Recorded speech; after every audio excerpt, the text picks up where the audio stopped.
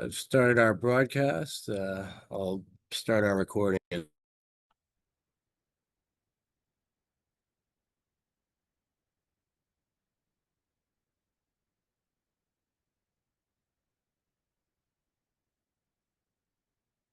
No, not yet.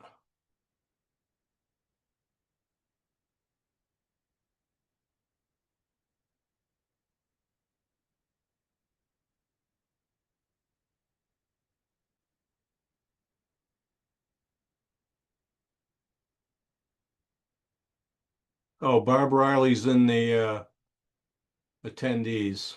Yeah, I'm working on it. Zoom had some delays. Trying to get Julia as well. Hey, folks, bear with us. We're just trying to make sure everybody's connected.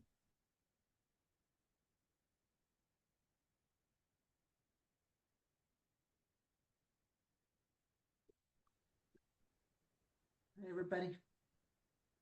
Hi, Barb.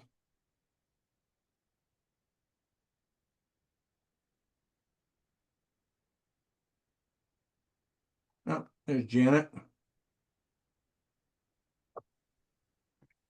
Hey, Joe. Hi, Janet. How are you? Good. How are you? Great. Really good. Up at my house in New Hampshire.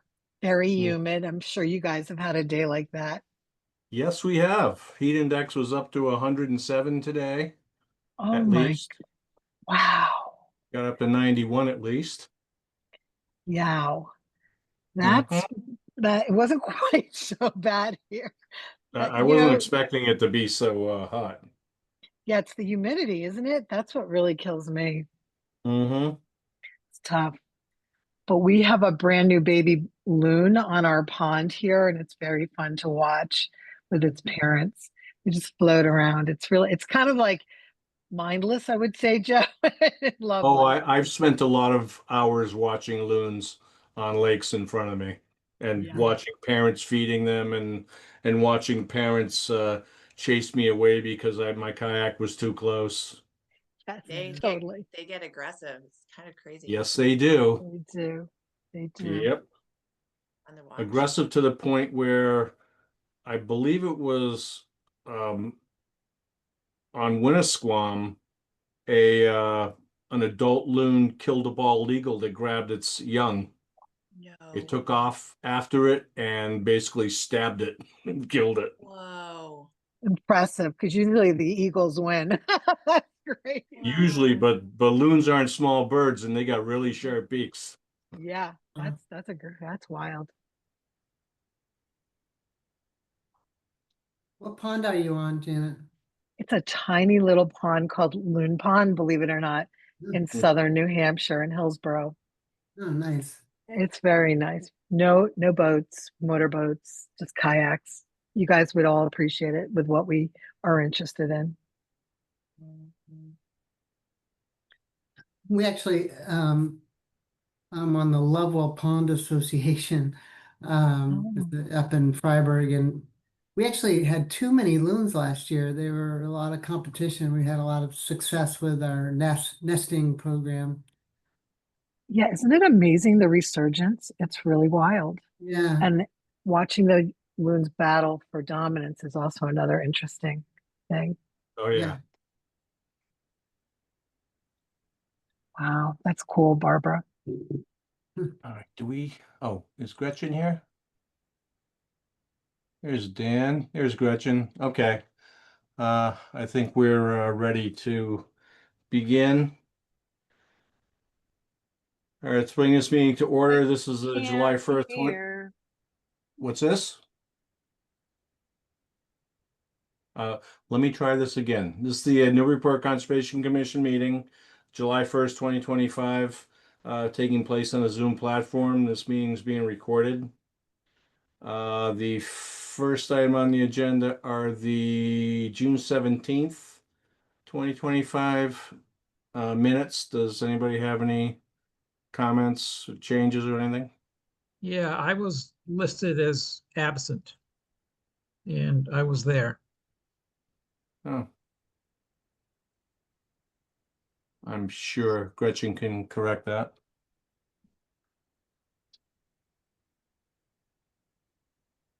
Anything else? I can't, I'm sorry, my volume is very, very low. I can't hear you. You can't hear me? Can everybody else hear me? Okay. Yeah, Yeah. yeah. Just All right. barely. Yeah, I Well, hear you. Gretchen, there might be a control on your computer that you can turn up the local I volume. know, it's not working. Oh. Do you want to log out and log back in or something, or? Um, I will try to go to a quiet place. Sorry. Try right. plugging headphones in. Maybe that would override something.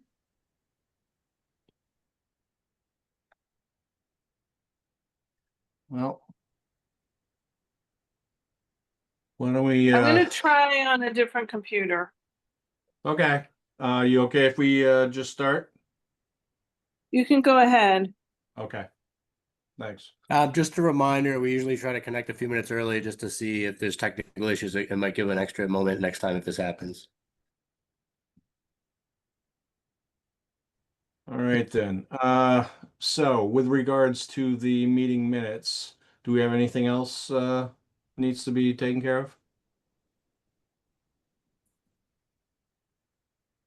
Okay. Take a motion. Motion to approve. Second. Okay. Roll call Steve Moore, Yes. Dan Warshall, Yes. Barbara Island, Yes. Janet Daisley, Yes. and I vote yes. All right. Andy, do we have any Plum Island updates? Not from me at the moment, no. I am concerned about circling back on the variety of issues we've had with erosion and the gyre and the jetty and Army Corps and so forth, but my bandwidth has been consumed with some other things of late. So some of those things have slipped in other hands like the Army Corps and whatnot, but I would like to circle back on that in the next month or so. Okay. Sounds good. All right, next item is 570 Merrimack Street enforcement. Yeah, I think Tom is going to speak to that. Let me just make sure he can. He was there. Yeah. Raise. All right. Can you guys hear me? Yes. Okay, so I think last time we presented the information that that we provided, but we provided, not a lot of time before the meeting. We included our proposed restoration planting plan, and we provided a letter from the arborist and a letter from the applicant with regard to that. And I think for this one, Andy, I think if we're going to pull anything up, it would be that tree plan that we had last time. If you don't have it, I mean, I think you guys probably remember it. We showed which trees have been removed. It's not in this one presentation. This is for the hearing. It was from last meeting.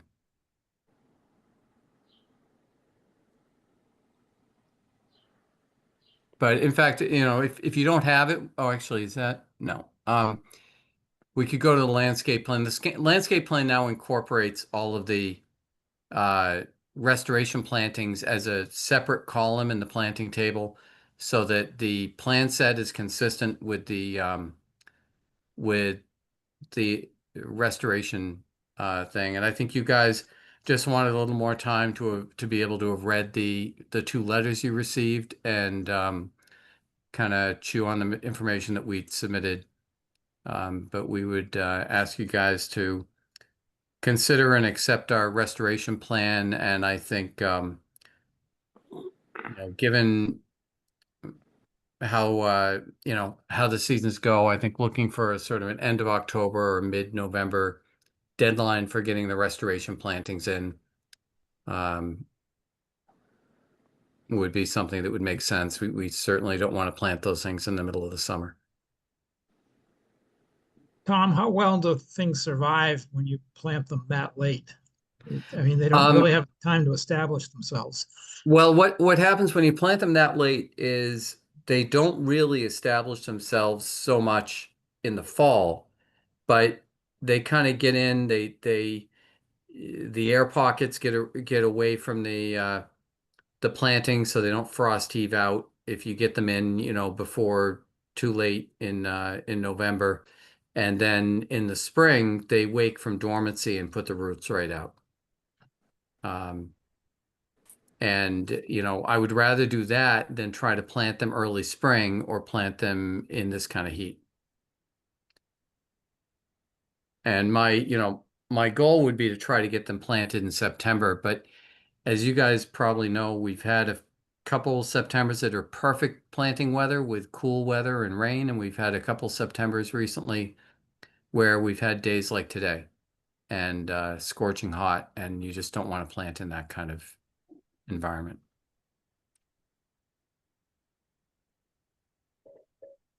But the big trick in getting a plant through the winter successfully is getting it in the ground and getting all the air pockets gone so it doesn't frost heave out of the ground. Maybe we could say by the end of October. That's fine.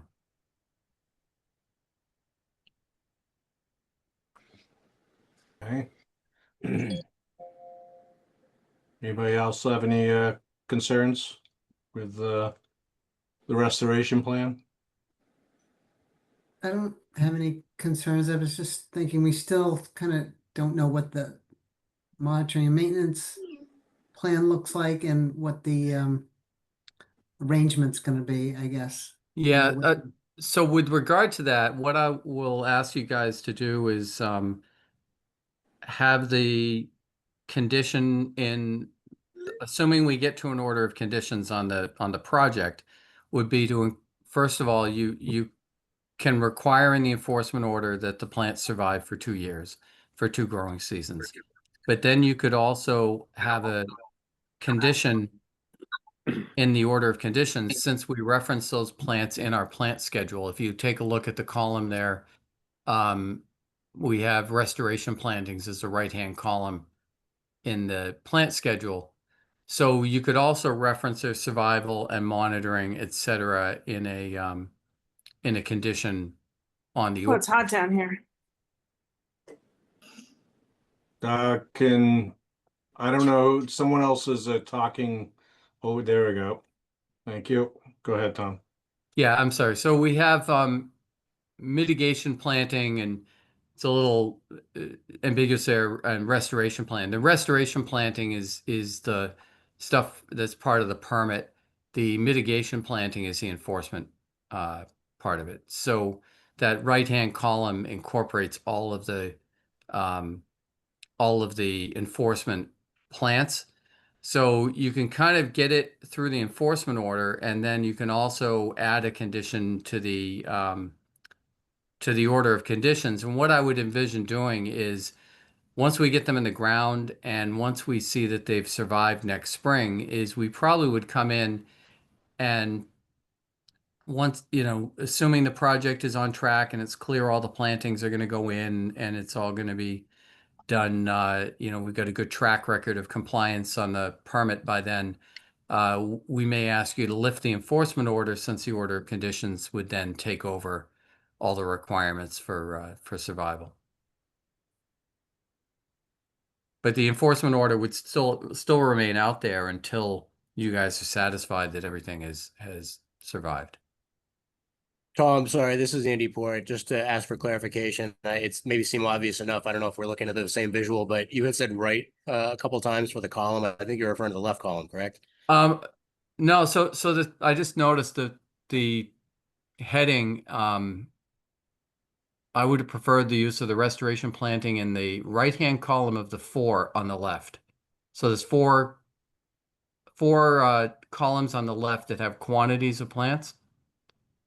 And the mitigation planting one is the enforcement one. I see. So, okay, I gotcha. Yep. Yeah, I'm sorry. I should have been clear on Just as the right of the left. It's the Yeah. right of the left. Got it. Okay. Maybe we could change that table to actually say enforcement Yeah. planting. Happy to do that. We could get you a corrected plan. I'm assuming that the If I could, I could leave it for a moment, but if there's not anything else that's changing here moving forward, it would probably be easier to reference this plan and just make it clear that that's what this is. If there are any other changes to the plan, then it would perhaps make sense to change the plan set just for that title.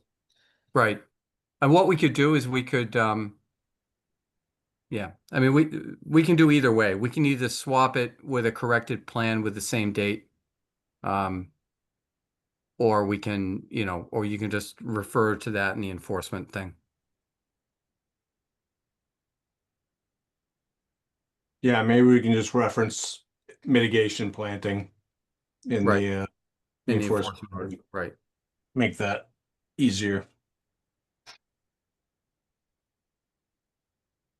Okay. Anything else? I'm good with it. And I would suggest you refer to, there's another plan that we don't have up on the screen, but that we had up on the screen at the last meeting, which is just the enforcement plants shown.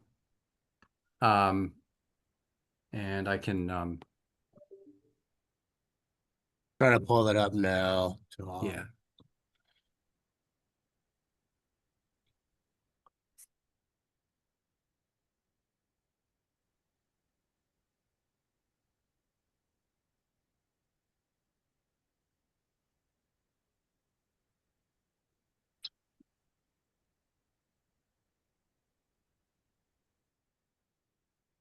Yeah, so these are the plants that are just part of enforcement.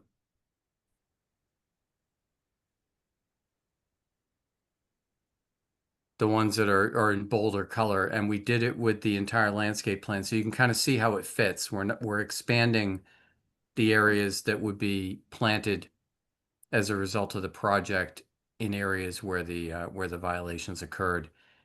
So we're not substituting, any of our landscape plan, but we're kind of adding to it. So in the end, it all fits together pretty seamlessly. Okay.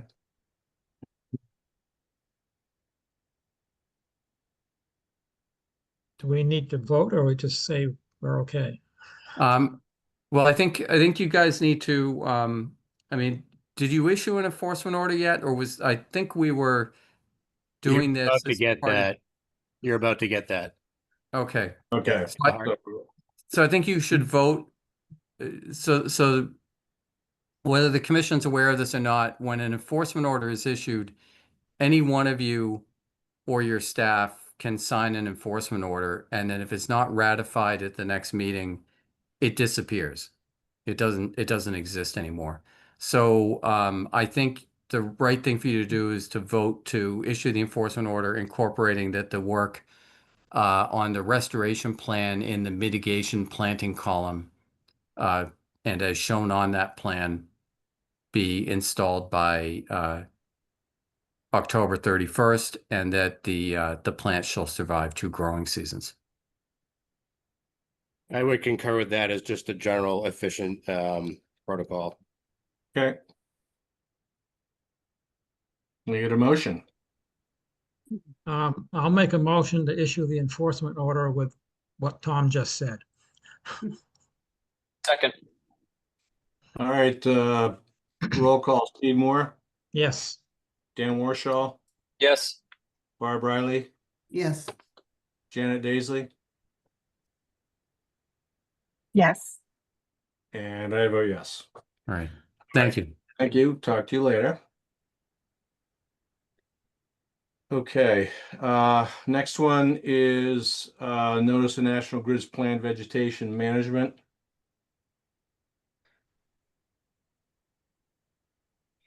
Is there anybody from National Grid to discuss that, or? Yeah, and I don't see any hands in the audience. I'm not aware of anybody that was planning to attend.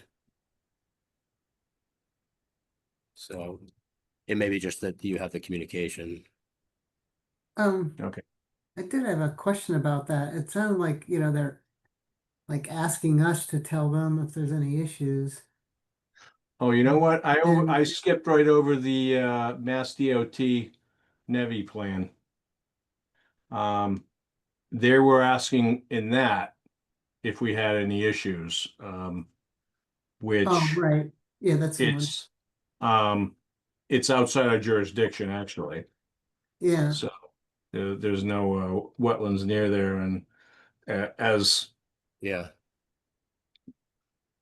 so It's a previously disturbed site entirely, so. yeah, and there's nothing in the line of any wetlands. So if anybody has any issues with that, speak now. But I can I don't know if I can send them a message saying we don't have any issues if we don't have any issues. I don't have any issues. Is that typical? I mean, normally a consultant would say, we believe we're outside the jurisdiction, but just, Well, you no, know, it's definitely not typical. But yeah, sort of unusual. I guess they're just trying to make sure, just in case, since this is kind of an environmental thing, I guess. Yeah. But Yeah, no, yes. It may not say it in the letter, and I could be mistaken. It's possible this is going back to some sort of MIPA process just based on the scale of a project. Just it doesn't say anything about MIPA in there, but it just seems like one of those things, like you're saying, because it's so far out of your jurisdiction generally that it might be sort of a blanket generic requirement to submit, that follows some statutory provisions. So. Yeah, it seems like they're more interested in environmental impacts, and I can't see there would be any. So Yeah. okay, I'll send them something. Yeah. I'll send Piper something saying we have no issues with it. All right, now we can go to a National Grid's management plan. Folks get a chance to go over this. I looked at that link that's in the letter, and it just goes to a bunch of documents. I just looked at this quickly before the meeting. It just the actual letter doesn't reference the exact locations. It kind of make you go try to find the locations that they're talking about. Okay. Yeah, I note, I'm not sure if you checked this one. I know in the fourth, I guess, paragraph down, it says that the YOP details, it goes on to say, please note that the YOP also lists the rights of way from the 2024 treatment program. So I'm not sure if you ended up finding that or not, but Okay, yeah, they kind of do the they same tend to thing. sort of blanket themselves for their entire, run of things on a yearly basis is what they try to do. Yeah, Yeah. I mean, you go to that link, it's just a bunch of, it's a listing of Massachusetts, New England areas. Oh, okay. All right, well, if we have any issues with it, we can discuss it next time, I guess, but I don't know that we're gonna have any issues. It's the same thing pretty much every year. Yeah, I think Any- we approved it last year, I think, or a couple of years ago. Yeah. Yeah, no, we've approved it multiple times, and it's usually the same one with a different a different date on it. It's just, generically they're covering themselves to some degree because they have to do a regular amount of maintenance around utilities that are, sometimes they have, trim trees and whatnot. And so obviously if we see something, we flag those. I don't think in my time I've seen anything in Newburyport that's been an issue with them. There have been in other communities I worked in, there's been an issue or two with National Grid on something, but unlike that, but I have not seen anything in Newburyport because it seems like, we already have our established resource areas, rights of way, tree conditions and so forth. So I think there's not any sort of huge impact that we see on a given streetscape because they've, cut something significant down. Yeah. It does look like they spelled the mayor's name incorrectly. Yeah. Capital D-Son? Yeah. D-Shon? Yes, well, I mean, it's it not a good seems like- start, but It just seems like they're kind of covering themselves like with a lot of information, like it's hard to pinpoint where all the right of ways are based on what they sent. That's all I'm saying. Yeah, I have always found National Grid when they're doing these things like this, because they have such a wide area and they're probably not trying to get into a whole lot of detailed discussion on every given location. They tend to sort of blanket what they're doing from community to community to try to cover the entire batch. And if a community has concerns, it's worth pursuing that further. But I've often found them as a entity, a utility entity trying to do it on a mass basis. Yeah. When they come in yearly, so they can cover themselves in the most efficient manner from a bureaucratic regulatory perspective, from if you're taking it from their perspective. So Yeah, that's basically what I was saying. That looked like. Okay. Well, if we have any issues, we can let them know. All right then. Onward and upward. First, we have no certificates of compliance or requests for determinations, so can I get a motion to open the public hearings? So moved. Second. Okay, all in favor? Aye. Aye. Aye. Opposed? Okay. First one is Cindy Singer, 5 Basin Street. I believe Tom has requested a continuance to the August 3rd. I think it was August 5th, Andy said. Is it 5th? Okay. yeah, Probably I not. think so. believe it's a Um, fit. Yeah. Yeah, Oh. we I should Any have problem? the structural plan tomorrow. She had it in draft form, almost ready to send me today. So then I'll need some time to have those discussions with Chapter 91 and package it all up for you guys. So the August meeting should work. Okay. Motion to continue to August 5th. Second. Okay. Roll call: Steve Moore, Yes. Ann Warshall, Yes. Bob Riley, Yes. Janet Daisley, Yes. and I vote yes. Okay, next one is Eric Premack, 570 Merrimack Street. Notice of intent.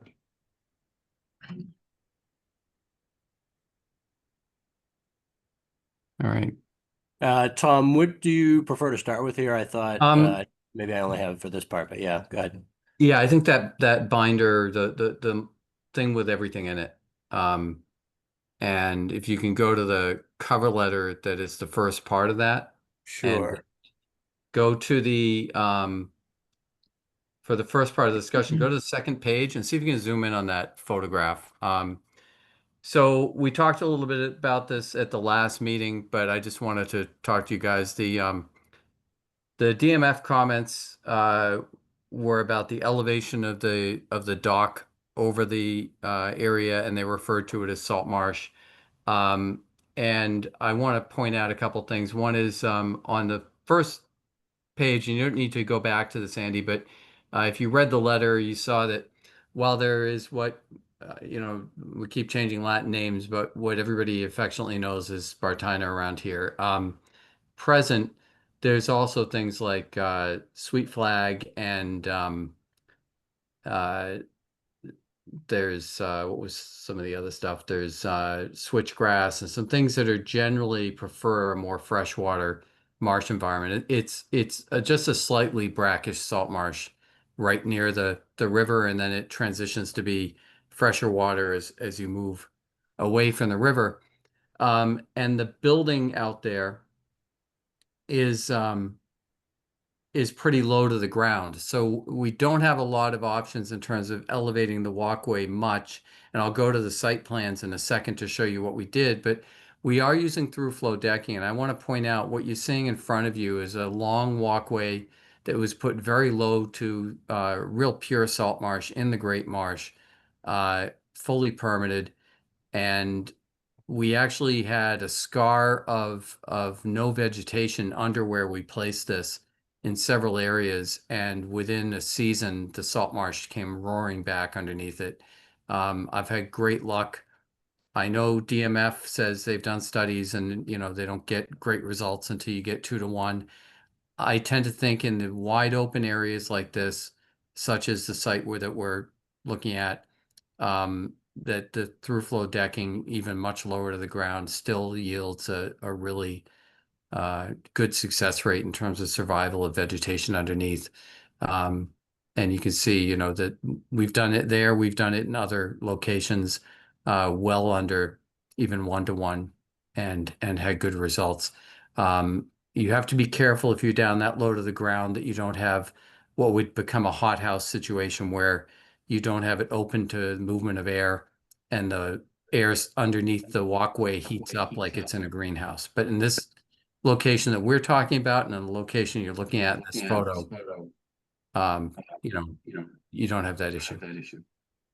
So if we can now scroll down, Andy, and you could zoom back out to kind of page width and go to things are a little out of order, maybe the site plan. I want to just kind of zoom down to the dock on the civil plan set. So it's going to be at the very end. All right, so if you can zoom down to the dock area here. So on the shed that's down by the water, you see the red stairs at the end that we're removing. There's a deck that's an entry deck to get into that building, and a set of stairs that goes down to the ground.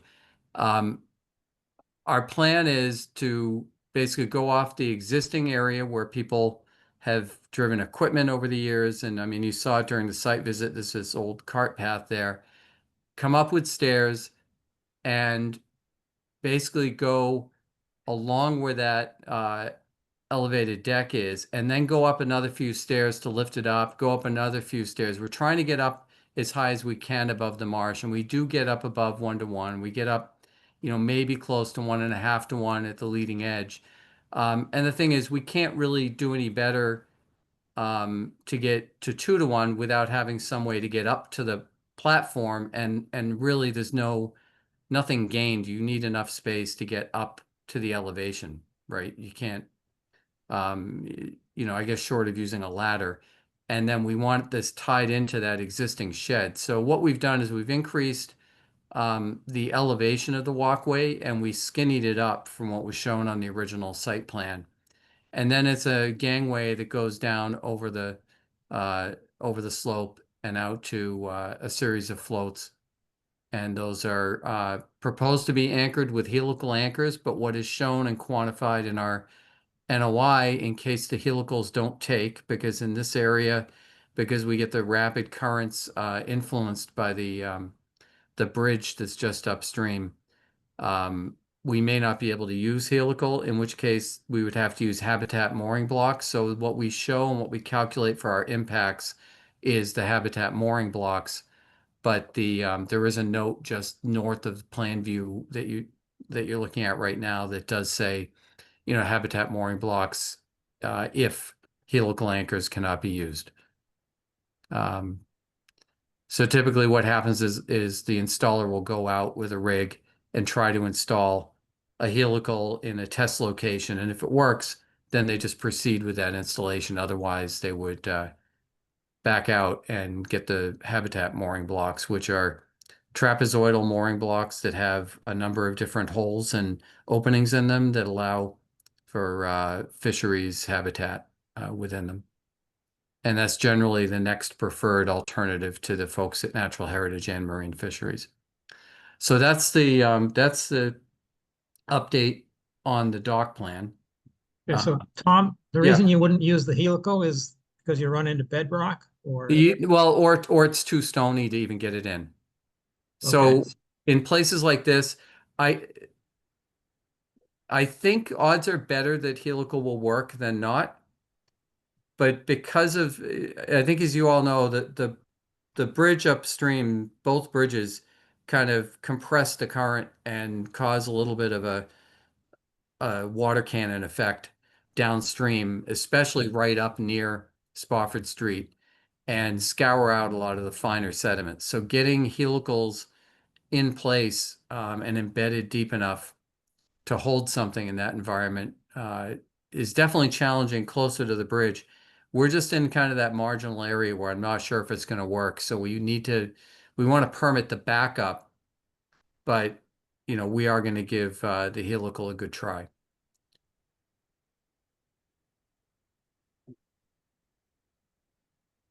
just the dock is going to be stored off-site somewhere in the winter. Yes, out of, Okay.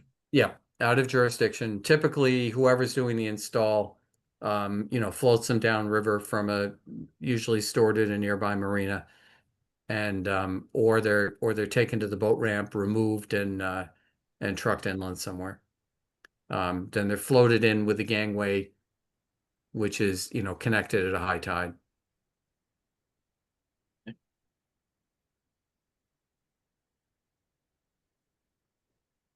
Okay, so the next item in the letter was, so the civil plan set, we incorporated the updated existing conditions plan, that tree plan that you guys have seen.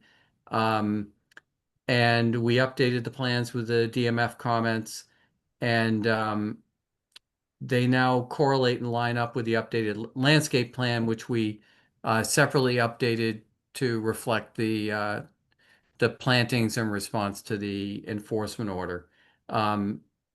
We can, I think the thing to do is to go next is the conservation figure that's in that package. That's the one that's got that table.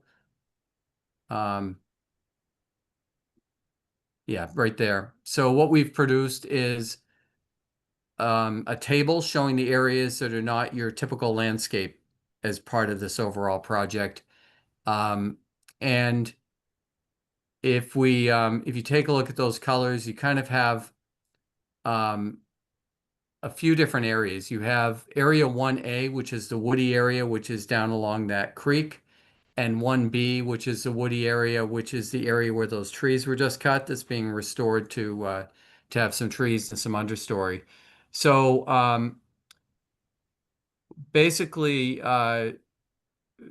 the maintenance responsibility is spelled out. So the Lot 4B owner will maintain the woody area by the creek. It'll be shared amongst the different owners for the other woody area. And then there's maintenance provisions that we've talked about. On 1A, there is the grass path that will be kept down to the water, and it basically says that if they can get a permit from you for a future platform and ramp for maybe a seasonal kayak dock or change the material of the pathway, they would need to seek approval from the commission, but that would be something under the restrictions that would be an allowable thing. Otherwise, it's pruning for health, and removal of invasives. And we've also given you an invasive protocol. On 1B, it's just inspect it. Maintenance is limited to restoration, and plant health. Invasive removal, replanting of native plants is needed, and aquatic safe herbicides to be used only in accordance with city approved plan. And this is on all of them. Any herbicide use has to be in accordance with that plan. And then only native plantings are allowed there, et cetera.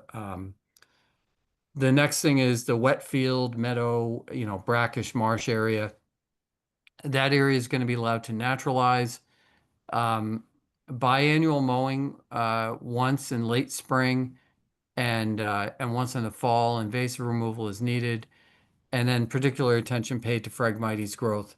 We're not going to go after purple loosestrife unless it forms a complete monoculture. As you guys, I think, have seen, purple loosestrife is really blended into the background. I don't know how many of you remember driving down like Scotland Road 30 or 40 years ago, and it was just a sea of purple, and you just don't have that anymore. The beetles have really kicked it back. So again, aquatic safe, only used with that invasive protocol. For the bank, allow it to naturalize with invasive control and cutting of woody species to maintain an herbaceous cover. And again, that's sort of weed whacking and pruning late spring and once in the fall. Again, paying attention to Phragmites growth, and we're not going to do anything about purple loosestrife. Again, aquatic safe herbicide. The upland wildflower meadow is inspect in spring and fall.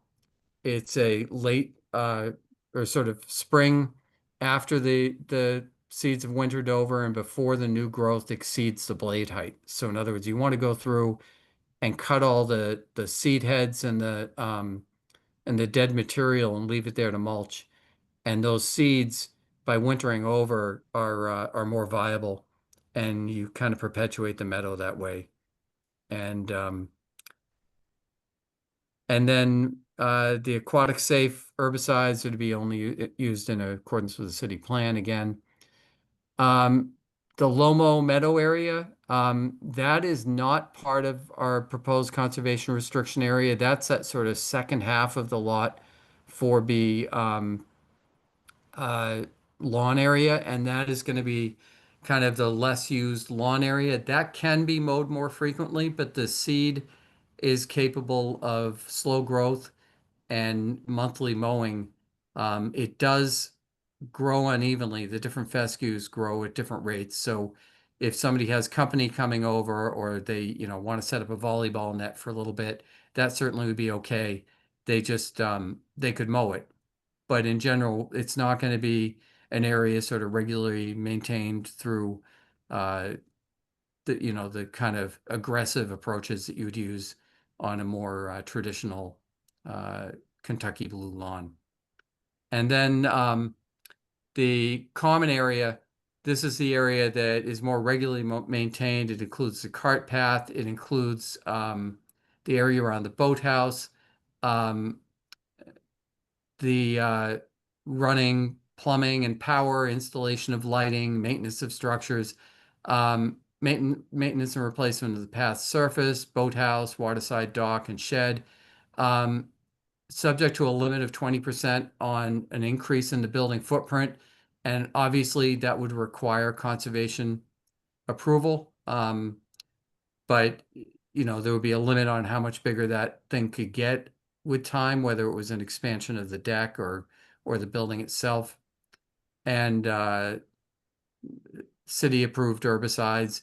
The other type of thing that I think would be allowable, the reason we said the path surface is down the road, if the owners in the future wanted to put in an elevated walkway to get you all the way out to that shed through the entire wet area, that would be something the commission could allow and it wouldn't violate that deed restriction. So we've kind of made this color coded. We've said who's responsible for maintaining these things. And in my letter, we gave some language for proposed conditions on submissions of the actual deed restriction language, as well as whatever the association format and language is that will kind of take over managing the common parts of this. So we've kind of addressed that stuff. And then I think if we can look at the landscape plans, we've just really filled out the landscape package. We've incorporated, as we've already talked about, those enforcement plantings. If you can go to the next page, Andy. So we've got, more sort of color-coded stuff that really helps with establishing everything. If you can go to the next page. We've got photographs of the different plants being installed. Again, next page, kind of showing where they are on the little index in the upper left. Again, doing the same thing. And then if we can go here, one thing I didn't point out, but on that conservation plan, we have marker locations proposed to identify, so it's easy in the field to tell where things are. And Andy, if you can go to the one that's only got 4 pictures there. So what we're proposing is in one area around the Lomo fescue area, I think where you're going to use an open fence like that. The other marker types that we would use would be either boulders, birdhouses, or posts. And in a final deed restriction plan, we'll identify exactly what's going where, but kind of the concept I have in mind is the boulders would be between the kind of wetland and wildflower meadow. The birdhouses would go nicely along the wooded area where it meets the meadow. And the posts would perhaps mark the separation between the wildflower meadow and I'm trying to think what the other thing is. Oh, and the area of sort of occupation. But we will give you a more detailed monumentation plan in the future. But you can see the index kind of has in it the plan we just looked at with the different areas, and you can see we've got a number of different post locations. So you can, whoever's doing the maintenance will easily be able to tell kind of where they are on site and what it's subject to, because obviously the ground will not be color coded the way the plan is. So, Tom, which ones are the birdhouses? So we haven't fully decided that yet, but I believe what they would be, and I think it makes the most sense if they're the ones separating the area of the wooded area up at the top from the other areas and the wooded area down at the bottom along the creek. Okay. So there'd be quite a few of them. Yeah, I mean, I think so. We want that to be a palette that we can choose from, Yeah. as they can wrap their heads around, laying this area out. And it might be that we even intermix some, but however we do it will be shown clearly on a plan, so somebody would easily be able to stand in the field and know where they are. This is Andy. Can I just jump in there? I just wanted to offer, and I know the commission has seen a number of things like this, the poster markings in the past. I definitely support, and I think it's a great idea to have these. It comes up quite a bit with residential properties, and I think in terms of this property protecting the resource areas and the delineations on a long-term basis, this makes a lot of sense. I would recommend that for like a given arc or section that it be consistent, so that it's a little easier for the person in the field to follow a line or a tangent or whatever. But I support the notion of delineating this clearly enough that the future owners and landscape folks don't need to have a difficulty establishing where they should be, stopping their work. Yeah. So what are the things around the shed down there? Which So around the sort of the common building there, I think those would be posts Okay. more than likely, but we'll give you that on a final plan. One thing that I thought actually might work well in that area, and that wasn't shown in our pictures there, would be, even a light post might work right there. So, what we would do is we'll give you a final plan with something that makes sense and doesn't confuse. And, to Andy's point, we certainly wouldn't mix it up in a way that wouldn't be intelligible. We would do consistent markers in different areas. But we would give you kind of a final version of this plan with those markers, with a code that, and a key that clearly shows you which is going where. But you're looking for us to approve this tonight, right? Yeah, we've got a condition that we've proposed to you. So I think what we can do is let me finish kind of going through, and actually that's kind of it. I mean, I've just gone through our updated plans, the landscape plans, the dock issue, and let me just double check my letter. Oh, and I've given you an invasive species management plan, but what I'm suggesting again in a condition, and we can basically get to those now, but I've given you invasive species management plan, but I want to give you guys time to read it, digest it, and formally approve it as part of a condition that goes side by each with the conservation restriction and the long-term maintenance and the sort of the whole package all together that manages that that area that where we're really kind of restoring a lot of what has just been treated as lawn for decades and decades. So what we've got is, so the invasive species management plan, I've given you a write-up that I think actually would stand on its own right now, but I think, prior to occupancy, we'll submit a final version of that plan. So you know, if you guys have hired staff by then, we can work with them to incorporate any new things into that or whatever. But essentially, I don't see that changing very much. Conservation long-term maintenance, you know, will establish and maintain the conservation areas, uh, you know, as set forth in the figure. Approve landscape plan, approve an invasive species management plan, and in conforms with the conservation restriction to be incorporated in Lot 4B deed, pursuant to special condition, whatever of the order. And the condition shall be binding in perpetuity. So when you issue a COC, you'll call out whatever condition number that is, and that becomes a perpetual condition.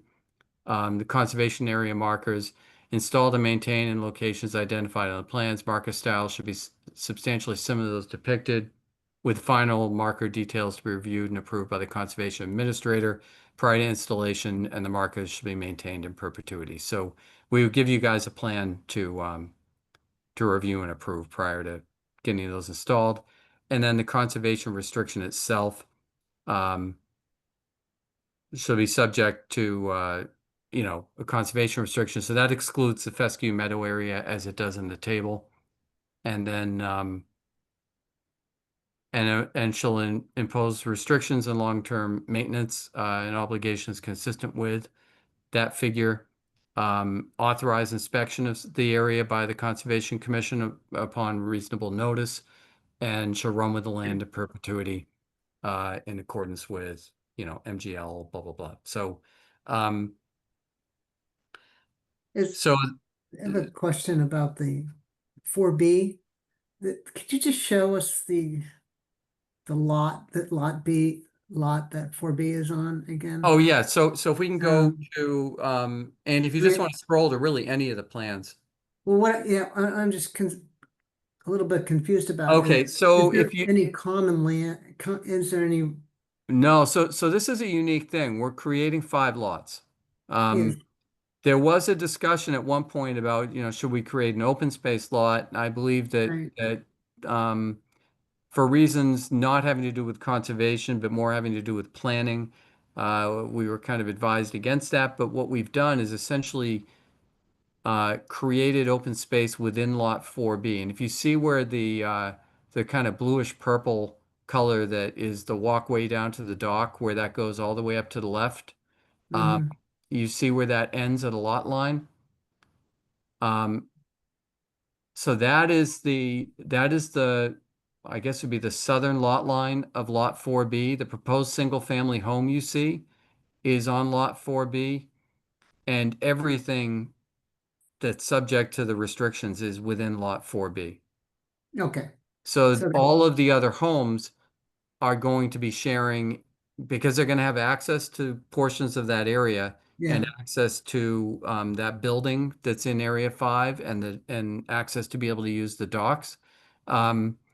They're going to be sharing in some of the maintenance. There are other areas that the owner of Lot 4B will just maintain total control of, but they'll still be responsible for the maintenance as called for in the deed restriction. So do they have like an easement through his property? If I could, this is Andy. Yep. Yeah, and I got not to speak for the applicant, but having seen some of these before, just, you know, like Tom said, this isn't an open space residential development where there's actually a literal, you know, another parcel being carved off as the open space or conservation area. So it made sense here, and based on the planning board's rules and regs and so forth, to keep that area attached to at least one of the lots. In this case, the one that's obviously closest to the water. But in essence, what's happening here is they'll act as individual single family lots, you know, like in every other way, except for the fact that they'll have public access, or individual access will be provided through those common areas down to the water's edge. So each of the lots in this development will have that, as well as having the responsibility for maintenance, which is distributing and sharing that responsibility, as opposed to only having it with the one lot, the larger lot down by the water's edge. So it's from an association perspective, it's sort of doing the same thing in a way, but for other aspects, these lots will be traditional single family lots. Yeah. Yeah, I Is that understand correct? that, Andy. I guess what I'm trying to understand is like the mechanism for, you know, are they actually, is there an easement through the 4B lot? Or because, and there's no HOA here, right? How do they make sure that So they're there's not- We have, there's a land use attorney that is going to be. yeah, we have Jeff Roloffs with us. I don't know if he wants Yeah. to speak to that, but there's several different ways of sort of mechanically doing that, but all of them would essentially be on record at the registry. I don't know if Jeff could speak to any of those particulars now or if they're still in discussion. Yeah, thank you. Jeff Roloff's here, attorney for the applicant. There are a number of different ways to document it. There will definitely be easements incorporated into the Lot 4B benefiting these other property owners over the areas that are going to be common access areas. There may be a homeowners association set up, or it may be some sort of trust. So as we did with the planning board, we've requested flexibility for the attorney who's going to be drafting these documents to sort of create the structure that makes the most sense for this particular situation. And our proposal to the commission here, because we haven't defined it specifically, is the substance of what's going to be allowed in these areas and what has to be done in each of these areas is provided for in the materials that are before you now. How those obligations get incorporated into the documents is to be determined, but that's why the conditions that we've proposed call for an administrative review of that documentation before it's finalized and recorded at the registry. So that's reflected in the 4 conditions that we've proposed at the end of Tom's letter. Okay, thanks. Yeah, it just hasn't been resolved yet, I guess.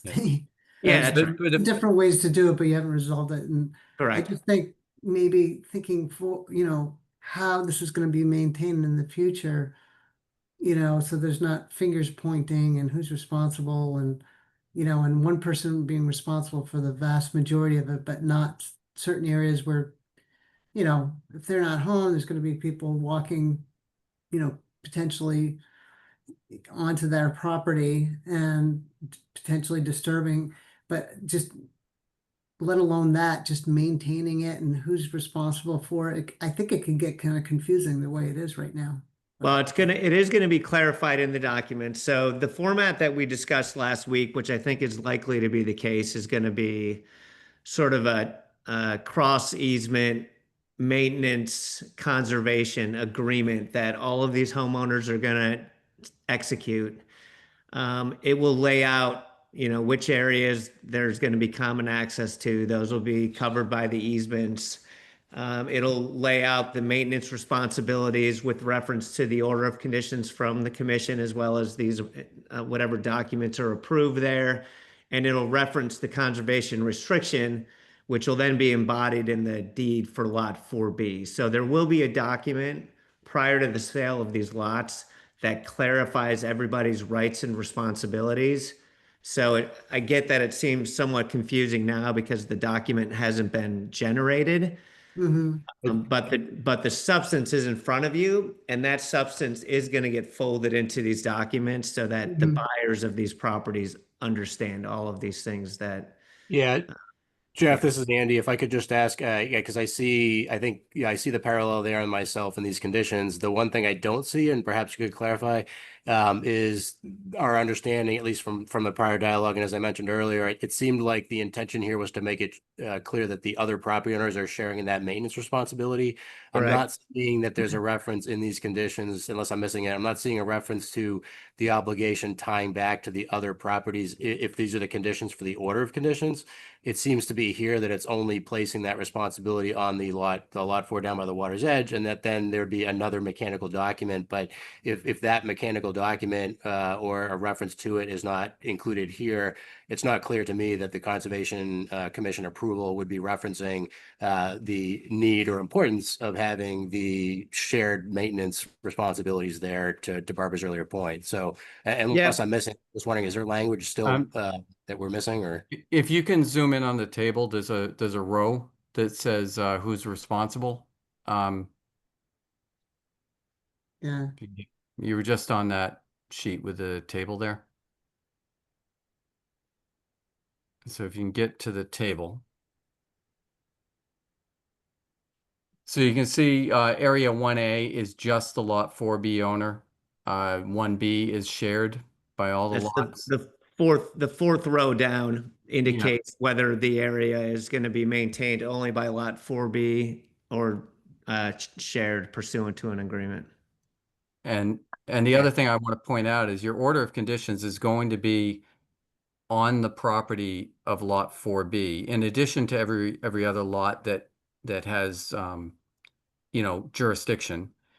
But it'll be filed at the registry. But ultimately, any violation that occurs on the ground, regardless of whether any agreement exists, the lot owner ends up sort of being the primary entity that the commission reaches out to if there's no success in dealing with whatever shared entity comes Right. up. Right. Yeah, understood here. Yeah. So the idea here is the conditions pointing back to the plan. This table here in the plan clarifies that it's the lot 4B owner or others. The one thing, again, back to Barbara's point, is it's not entirely clear what shared means in the table here in relation to the other lots. So that's perfectly fine if that's how it turns out to be. It's just not clear that that is going to be covered or clarified within the order conditions through this condition of the plans, that those other lots are also responsible for the maintenance, because what we see here is something like shared, not, it's not saying shared with lot so-and-so by whatever proportion or anything like that. So again, I'm not just asking, so that there's clarity for the commission members about what's being covered in the order conditions. Yeah, if we go back to those proposed conditions, I think we did say among the things that we would be providing is the responsibility. Actually, Tom, let me respond to this. So Andy, your question goes to condition number 2. And as I'm reading it now, it doesn't include the same language that was included for the invasive species plan and the proposed conservation restriction, contemplating review at an administrative review prior to finalization. So we would be fine with this proposed condition 2 being revised to provide for administrative review of the documentation that provides for the long-term maintenance, including the common use and the sharing of responsibilities pursuant to the plans. Because those documents will be generated, and I had actually intended for those to be subject to an administrative review, but as it's written, as you're pointing out, it doesn't say that. So Gotcha. Just to be clear, although I'm not keen on sort of last minute, sort of on the fly conditions, I think if as long as it's agreed that that could be wordsmithed in the order conditions, that I think addresses my concern. If that was incorporated in condition 2, just to clarify that piece. Yep. Yeah. Can we go back to that table for a minute? Yep.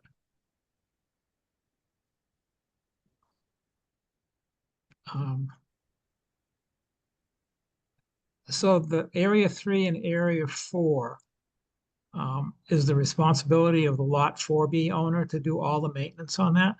And 1A, yes. Okay. It just seems to me it should be shared. I mean, they're all going to enjoy having those things. Yeah, our thinking on that, it's a good question, and we debated it. The distinction is that the easements are not going to give the other homeowners the right to walk through or actively use those areas. So you're right that they are going to benefit from the aesthetics of it. But we thought it might have been viewed as a stretch to try to spread the costs of maintaining those particular areas over the other houses, since their easement and active use is more confined. So that was the balance we were trying to strike. Okay, I mean, if you have to get into some heavy duty invasive removal, that could be expensive for that landowner. Yeah, understood. I mean, most of that's going to be taken care of, hopefully, in the early stages of this development, and then the maintenance, if it's done right, shouldn't be too onerous. But it's a good question. I think we're comfortable with sort of the balance we struck there. Okay, just as long as the homeowner is aware of it. Yep, and they will be. Okay, and another question, the lot that's on Merrimack Street, the most easterly one, how are they going to access that right of way to get down to the let's say the boat dock?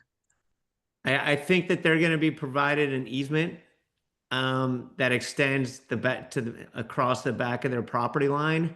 But because the area of that easement doesn't involve any proposed maintenance protocol, we didn't color it in. So there are going to be easements that are beyond, that may be beyond the maintenance areas that we've identified in color here. So that's also a good question. But again, I think they would probably access it through the back of their property, sort of along the Merrimack Street side of Lot 4B to get over to that common area path. Okay, But it's going to be a lawn or something like that. It's not, we're not Yeah. proposing to do any sort of CR related maintenance protocol within the area of that path. Right. And it's also the bulk of, if you walk down that property line and then you walk along the property line kind of behind where that pool is and along the boundary between 4B and 3, you're outside of the riverfront area. So, if they had agreement with the Lot 3 owner to put down stepping stones or something, they could do something along there to get over there. But yeah, we're just kind of giving the main central artery, so to speak, right. everybody to get there. Yeah. No, I guess the rest of it will be outside our jurisdiction anyway. Right. And then what we tried to do in our conditions as well is assure that the commission has the right to go down and, so if somebody's driving over the chain bridge or whatever and says what's going on over there, you can notify the property owner and make an appointment to come out and inspect. So it's, so you have kind of some of the rights that you would on a full conservation restriction as a commission to just go out and check it, but this is not like a big, open space conservation restriction area that allows the full public to go out there.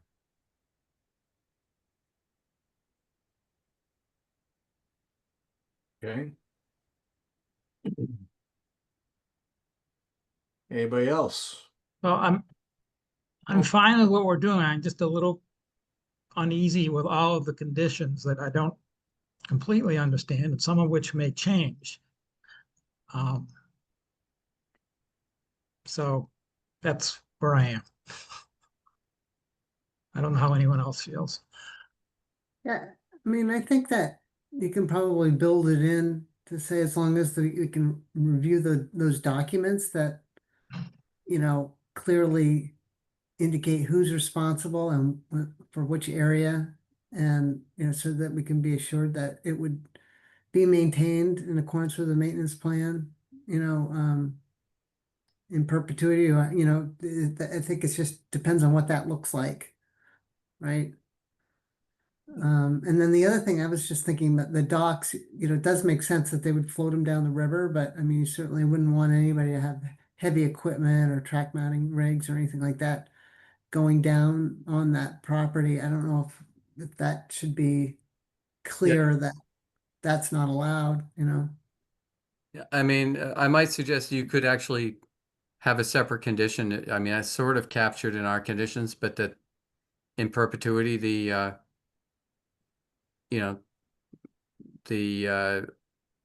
areas subject to the deed restriction shall be maintained as approved. And then for the docks, you could certainly condition that no docks are to be stored within jurisdictional areas on property. But typically the way that's done, it's all floated in the river. It would be, you could say, docks shall be installed from the water side, not driven over the land. Yeah, I think that would be the important thing to say. I mean, it would not be a problem in my mind if somebody had like a, like the, supersized golf cart kind of thing, an ATV type thing to drive down with a bunch of beer and coolers to the dock along that cart path. But the general intent of that is, is walking.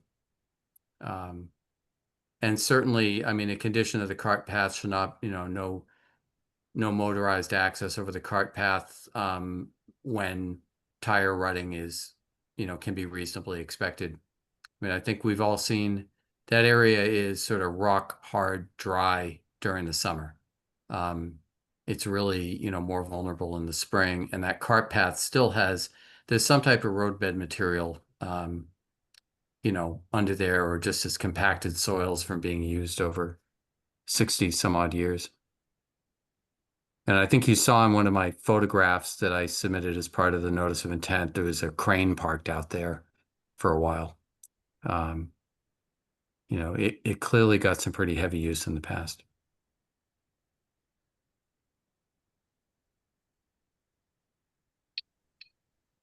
Okay. So I'm just wondering, how do the conditions get updated with the two components that we just talked about? What's the next step for that? If I could, this is Andy. I'll leave it to the chair. I just wanted to note, I'm not sure if you're taking public comment, if you're Yeah. heading in the discussion of conditions, but we do have our hand raised in the audience as well. I see that. I'm finishing up with the commission right now. Janet, we just add them to the conditions. Okay, It just they get added and we vote on the final order of conditions. okay, we see it again then, Joe, right? Oh yeah, no, we'll Okay. have another discussion regarding any conditions at this Okay. point. Yeah, but Great, the wording of one of them, I think one of the proposed conditions, number 2, I think it was, is going to change. yes. And we don't have the wording for that tonight. I think that's what Joe was just saying to me, was that it's coming back, right, Joe? Well, it depends what sort of language we're going to discuss them anyways. We can change them before we vote on them. Well, I think I see. Jeff was proposing some changes, and Mhm. it's beyond my legal capability to make to do that. Yeah. Yep. Mr. Chair, can I suggest maybe what we could do is maybe we could hear from the person with the hand raised, and in the meantime, maybe Jeff can try to do a quick scratch out of actual language that would accomplish what we talked about on number 2. And then we could come back and pull up those conditions again, talk about any tweaks to the language as we've proposed them, and then any conditions the commission sees missing, at least have an opportunity to discuss them before you close the hearing. And I know that then at the end of the night, you end up doing the issuance and the actual final wordsmithing of those conditions, but at least we could perhaps get them sort of comfortably narrowed down by doing that. And by hearing from the person with the hand raised, maybe we give Jeff enough time to come up with something good. Okay, that's fine. We have anything else right now? No, Okay, all right. Yes, Counselor Wright. Andy, can you turn his mic on? I am attempting to. It seems to have he's moved. Okay. There he is. Okay, you can turn your mic on. Thank you. Can you hear me? Yes. Yeah, I'm not sure if I've missed it, if I haven't been paying attention to this prior to this, but I know this is in the flood zone AE, and I don't know if there's been any discussions on the actual construction of the houses and how they're going to mitigate the flood zone risk in the AE zone. Yeah, I'm happy to address that. None of the structure, none of the buildings other than the existing building down by the water are in the floodplain. Everything is actually further back and up in elevation above the flood. The existing building has existed down there for decades, perhaps 50 or 60 years, and we are going to be adding a dock to that. Docks are almost always in the floodplain, and we are using through flow decking for that, which does provide for a lot more resiliency of the structure. There's less uplift and less kind of sail effect if water does rise up, flood, and if it's got any movement to it. The through-flow decking tends to create a structure that is less prone to damage. And our design incorporates helical piles to minimize the footprint on the ground and minimize any deflection of any flood waters should the water get up there.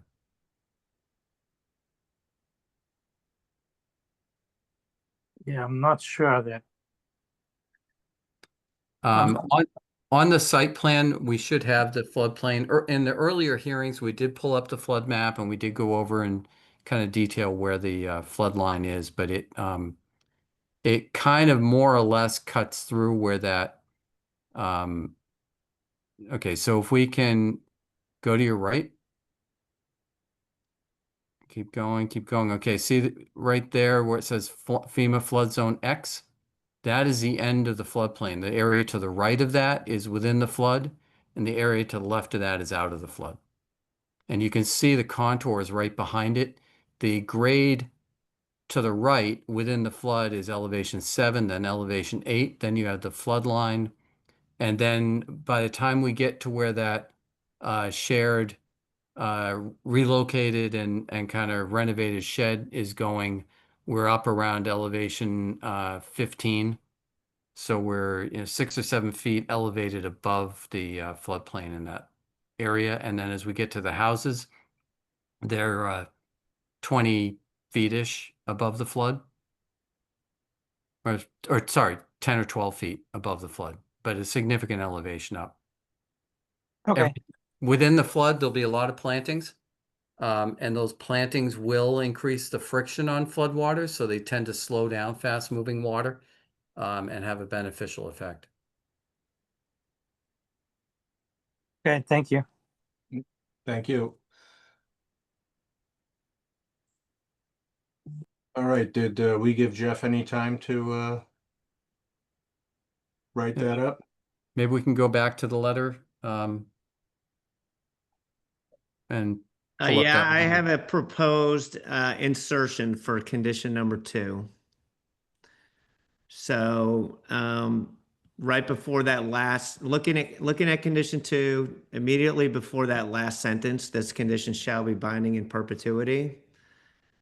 I'll read what I just wrote, and Andy, I can send this to you separately afterwards if the commission decides to incorporate the language. But the proposed language, additional language would read, proposed documentation for establishing the common use, associated easements, and the property owner's respective responsibilities, Lot 4B versus shared in paren, shall be subject to review and approval by the conservation administrator prior to conveyance of the lots, subject to this order of conditions.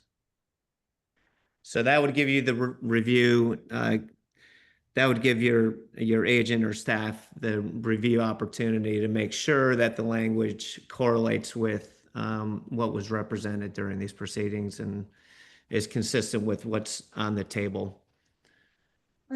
Yeah, That's I fine think with that sounds me. good. I would just say what shared means, what spell out what those lots are. Yep. But I mean, I think what I just read would indicate that that has to be done in this document. That would be subject to review.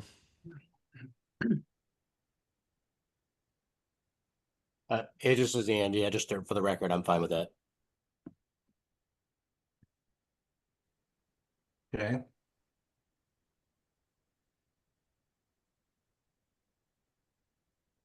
Does that work for Steve and Barb?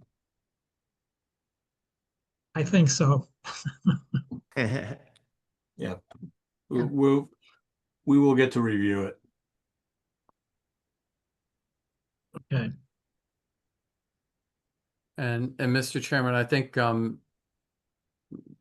there'd been it sounded like there was a desire for a condition about the dock. I think that's a pretty straightforward one to write, something about, that the dock shall not be stored within resource areas and, shall be installed from the water side.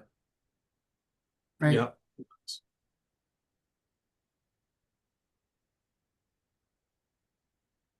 Okay. Anything else with that? And then I think the other thing that I think addressed a concern, I think it was Steve had, is you could just have a condition that kind of reiterates what's already in these conditions, but that the area is subject to the conservation restriction shall be maintained in perpetuity. The conditions already kind of say that the restrictions exist in perpetuity, but then you're making an affirmative statement that it kind of has to be followed as well. I mean, it's a little bit duplicative, but sometimes that doesn't hurt. Mhm. Yeah, Andy, no, having that running is An- good. Go ahead, Steve. yeah, Andy, are you taking notes on all of this? I Like am, you yeah. were- Yeah, I Okay. am actually, and note that Julia's with us as well. She's actually, because she's so great, she's helping the office in the interim as well, with the transition while we get the new person onboarded. But yeah, taking notes on all the conditions as usual, and we'll have to, there's one or two things, as we noted, that we'll have to wordsmith slightly, but it's clear enough on the record here what the substance is, and a number of these have already been drafted sufficiently. So thank you. Okay. All right. Do we have anything else? Hearing none. Does anybody from the public want to speak? Raise your digital hand if so. No? Okay.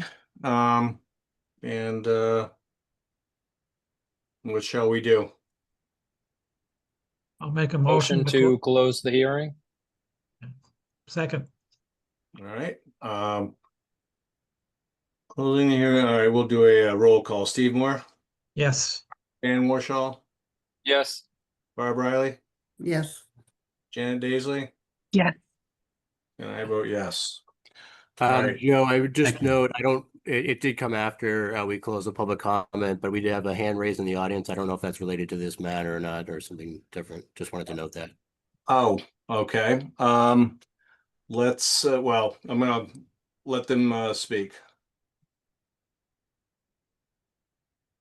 Yes, I just wanted to get information about the 164 Old Point project. That's gonna come up next. Oh, okay. When you said you were closing, I thought you were closing the whole meeting. Sorry. Nope. Okay, no problem. Thank you.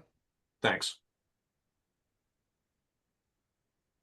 Okay, all right, that's closed. Thank you. All right, thank you. And now we will move on to Anthony Hoggood, 164 Old Point Road. Sorry, Mr. Chairman, Jeff Roloff, just a point of order here. Yes, sir. There was a motion to close the hearing. I was sort of expecting the commission to then decide whether it was prepared to entertain a motion to approve. Yeah, Jeff, sorry, this is a bit of an idiosyncrasy. The Conservation Commission typically reviews those at the end of the night. We've had discussions about doing it the way that some of the other boards do, where they do it right after the close of the public hearing, but the commission has historically done that at the end of the agenda. Okay. Yeah, sorry. So you'll have to stay on a little bit longer if that's what you're looking for. Yeah, no problem. Thank you. Okay, thank you.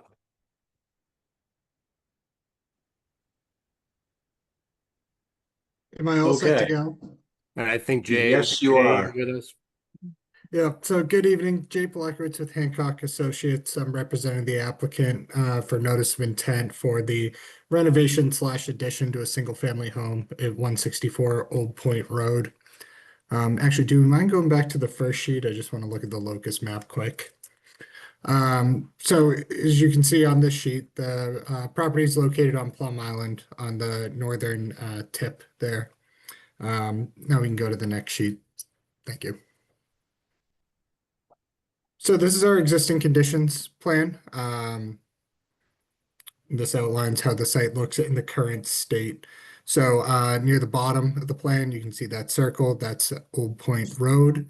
To the west of the site is the Old Point Road right-of-way. This is the 10-foot section. It's a boardwalk. Down on the bottom is Pauline Street. and above the site to the north is Queen Street. So the site is bound by right-of-ways on 3 sides. The house in question right now, I guess, or the subject house is 164 that is in the middle of the property. Can we go to the next sheet?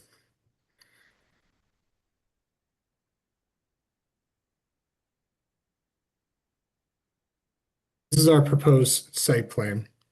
The owners plan to remove the existing front portion of the house. They plan to remove the existing front deck and stairways to the boardwalk. They're then proposing to add a second story to the house and a new entryway with stairs and a walkway to that boardwalk. Any areas that are or any items that are going to be removed that have nothing proposed for a new house or walkway will be replanted with native seagrasses. During construction, the entire area will be properly surrounded by erosion controls. We're showing silt sacks and straw wattles. Can you stop for just a minute? Yep. Are you sure you're planting seagrass? We can, whatever the commission finds appropriate, we can plant there. Well, seagrass is something that grows under the water. Okay, yeah, a dune grass. So I assume you're talking about beach grass, but you need Yeah. to change the plan to reflect that. Okay.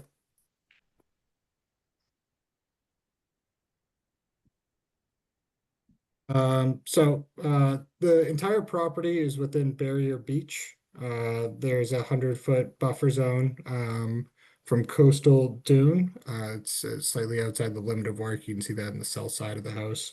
To the north side of the house is a 100-foot buffer to tidal flat, and that extends through the corner of the existing house.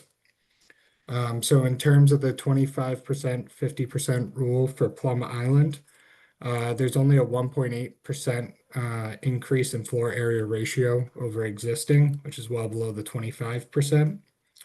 The architect, attorney, contractor, and owner have worked closely with the city to ensure that the renovations cost less than 50% of the assessed value of the house. And then walls to be removed are those front 3 walls, which you can see here, which is also less than 50%. And if anyone has any questions, I can answer those. I don't see how you can be adding an entire second floor and only have a 1.8% increase in living area. So where they're removing the front portion of the house, that floor area ratio gets increased just from the second story. I don't know if we have architectural plans we can look at. There's also sloped roofs as part of it, so not the entire second story is considered livable area. I don't believe that those were uploaded to the record, were they? Yeah, we don't have the architectural drawings. I can provide the commission with those. Yeah, I guess normally we have an architectural drawing. We have a table that describes, existing floor plan and habitable area and then the new, and we don't have any of that. I mean, it's all well and good for you to give us these calculations, but we have nothing to look at to say, yeah, you're right. Or wrong. Okay, yeah, like I said, I can definitely send those over.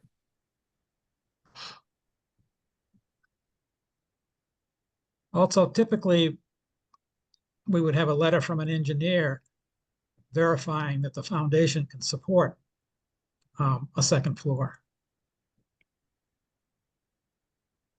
Yeah, we would need that too, and it also can't include use of any lally columns or anything underneath. So the existing foundation has to be able to hold the entire new addition. So we need a signed letter from an engineer to as verification for that. Okay, yep, we can get that.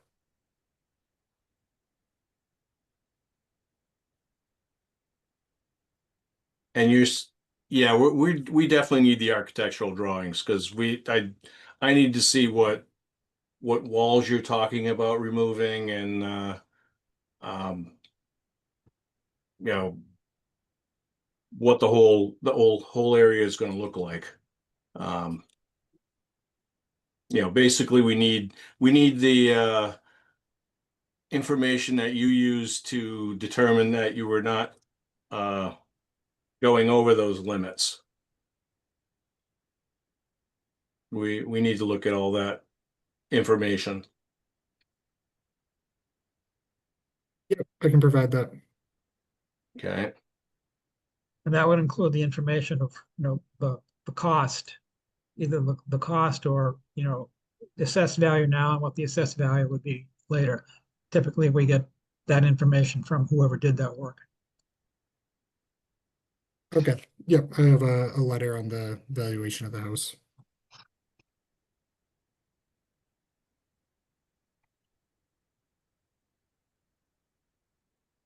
Yeah, at this point, we don't have actually a lot to go on. But we should get down what sort of information we need for the next meeting.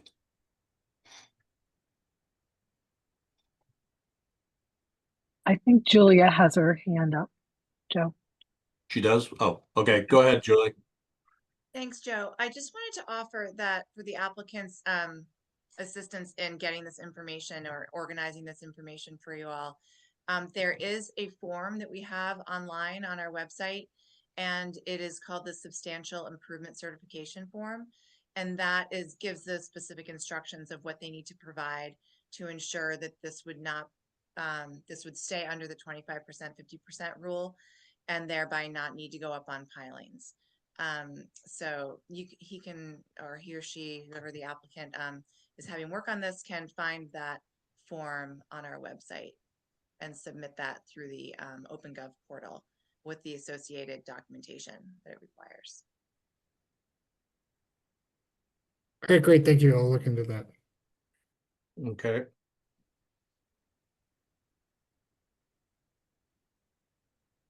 Joe, Yeah. I'm assuming we'll want to go out and take a look at this. Do we want to get into that now? There's, as you accurately stated, we can't get really very far without a lot more information here. So, Right. Yeah, maybe we can organize a site visit.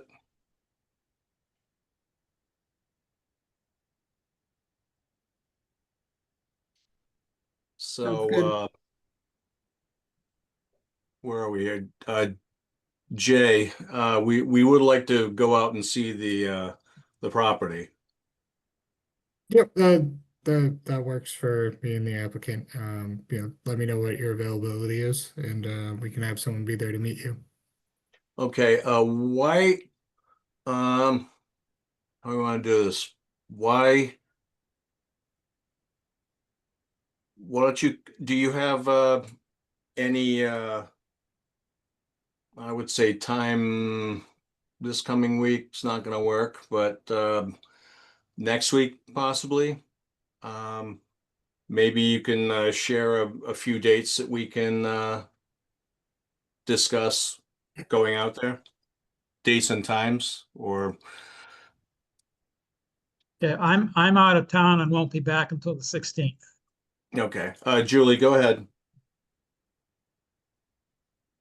Sorry, I just forgot to lower my hand. I apologize. Okay, all right, sorry. I'll lower it. I wonder, Joe, if they need time to get together this information anyway before the site Yeah. meeting. Yeah. I'm away next week as well. You're away next week too. Yeah. Okay. Okay. Steve, when are you going to be back here? Early in the morning on the 16th. So that's not a good day. On the 16th. Okay. Yeah. All right. And we're not having a meeting on the 15th, correct? Right. I think we don't have a quorum. yeah, I'm not available at all that week. The week of the 14th, I'm gone. Okay. So we're not gonna have that, so possibly sometime the week of the 21st. If enough people. So why don't we, Jay, do we have, I think we can do we can coordinate a site visit probably for the week of the 21st. If we can get, I would assume Andy has your email address. Yeah, I'm wondering, to Joy's earlier suggestion, if you want to maybe if folks are in the same room, it's sometimes easy to pick a time, but if that doesn't work as well, if you want to email just a bullet list of a couple of days, times, blocks or windows that work for you as, the applicant and client representative. That way the commission, we can confer with the commission members, just make sure they're available at one of those times and just confirm that specific time back to you. If that is a more, one efficient way perhaps of confirming a time down the road that, in that week. That's the easiest way. The 21st is far enough out. I'm pretty open that week. I just name a date and time, and I can be there, or the wetland scientist on the project as well. And then in terms of the information, we do have a lot of that information. Unfortunately, it was just sent to me this morning. So okay.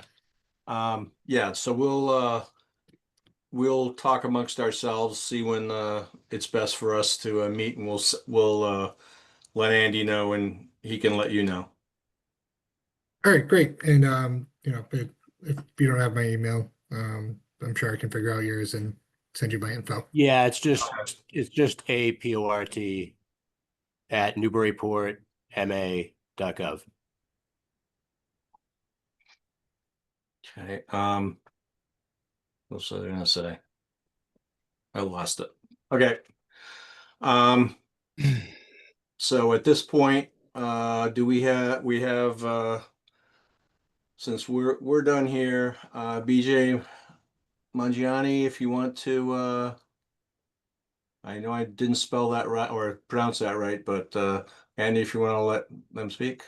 No worries. I just wanted to know if you know what the elevation, when you put this second story in, how tall is this house going to be, and will it block existing, I don't know, whatever. I'm just, I didn't realize it was going to be a two-story house, so. Yeah, that's not so much in our purview. But we are going to want to get some profile pictures and elevations also for this lot.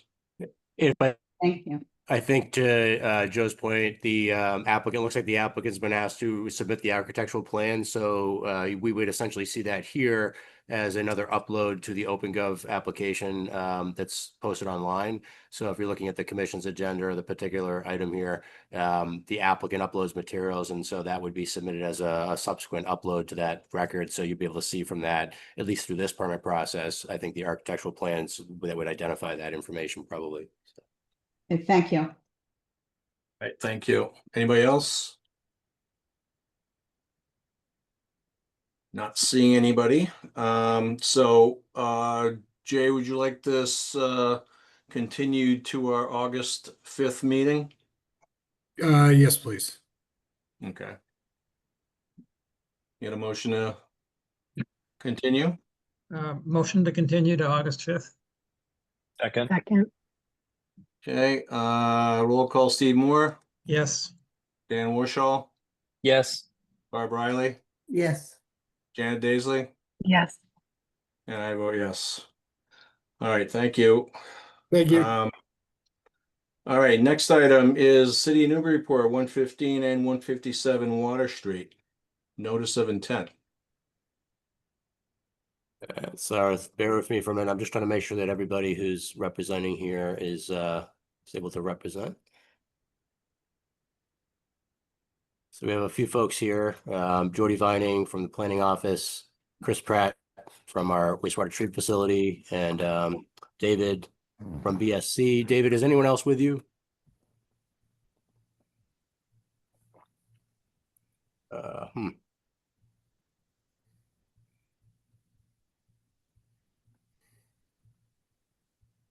Yep. Can you hear me? We Yep. can. All Yeah. right, perfect. Yeah, Paul Martin, our senior ecologist, is with us, wetland scientist. Oh, yes. He'll be available for any questions. Okay, I think we got everybody now, so good to Okay. go. Okay, excellent. Thank you for the time this evening, members of the commission, Mr. Chairman. We do have just kind of a short presentation to go through, and then we'll open it up for any questions that you have. So this is a project we've been working with the city on for a couple of years now, and it's really meant to protect the critical infrastructure, which is the wastewater treatment facility. Next slide, please. So the purpose of this project is to design a permanent flood protection barrier, to protect the wastewater treatment plant. The intent is to use the existing revetment berm, which has the trail along it, along the Merrimack, as a barrier from the Merrimack River. Its top elevation is up to elevation 14. And so that's the elevation that we've been using for the flood protection out here for the wastewater treatment plant. And just relative, 14 is actually the flood elevation in the VE zone for wave action. Once you get into the wastewater treatment plant, the flood elevation at the plant itself is actually 12. So our flood walls with the berm will provide protection up to elevation 14. And then the second part of the project is we need to mitigate any potential interior flooding during a flooding storm event. While we keep all the water out of the wastewater treatment plant, we still need to take care of the water that's inside the plant that falls from the sky. Next slide, please. So we do have resource area impacts. We are along the Merrimack River. We are within 100-foot buffer to a coastal bank. We are in a riverfront area, and we are in land subject to coastal storm flowage. We are not within the 25-foot no disturb zone, and we're not in any other wetland areas. Next slide, please. So this is the existing FEMA map I have outlined here in red. This is the site. If you look at it, the site is completely outside of the VE zone of the floodplain, and we're just within the AE zone, which is elevation 12 for the site. Next slide, please. This is a exhibit showing what the 100-year floodplain looks like out here at elevation 12 based on the topography out there. So as you can see, the revetment berm, which isn't shaded in blue, is outside of the 100-year floodplain because it's above elevation 12. And we do have flooding that can happen today from coastal storm with inside the wastewater treatment plant. The area is accessed, the floodwaters are accessed into the plant area from the west, and then can come into almost as a backflow condition into the plant itself. So really the vulnerability is more on the the west side than the east side, but we'll show you how we plan on protecting the plant. Next slide, please. We did look at a few options out there for what's the best way to protect the plant itself. Originally, we were hopeful that we would do concrete flood walls. Unfortunately, we had done some borings out there, and the soils weren't really the greatest or conducive for doing a precast concrete flood wall. There was a lot of organics underneath the soils that are deeper down, which doesn't really relate well to flood walls that are concrete.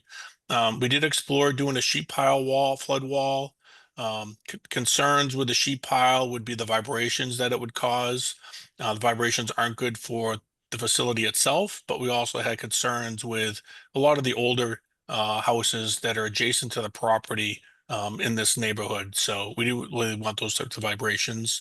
So we settled on the soldier pile flood wall.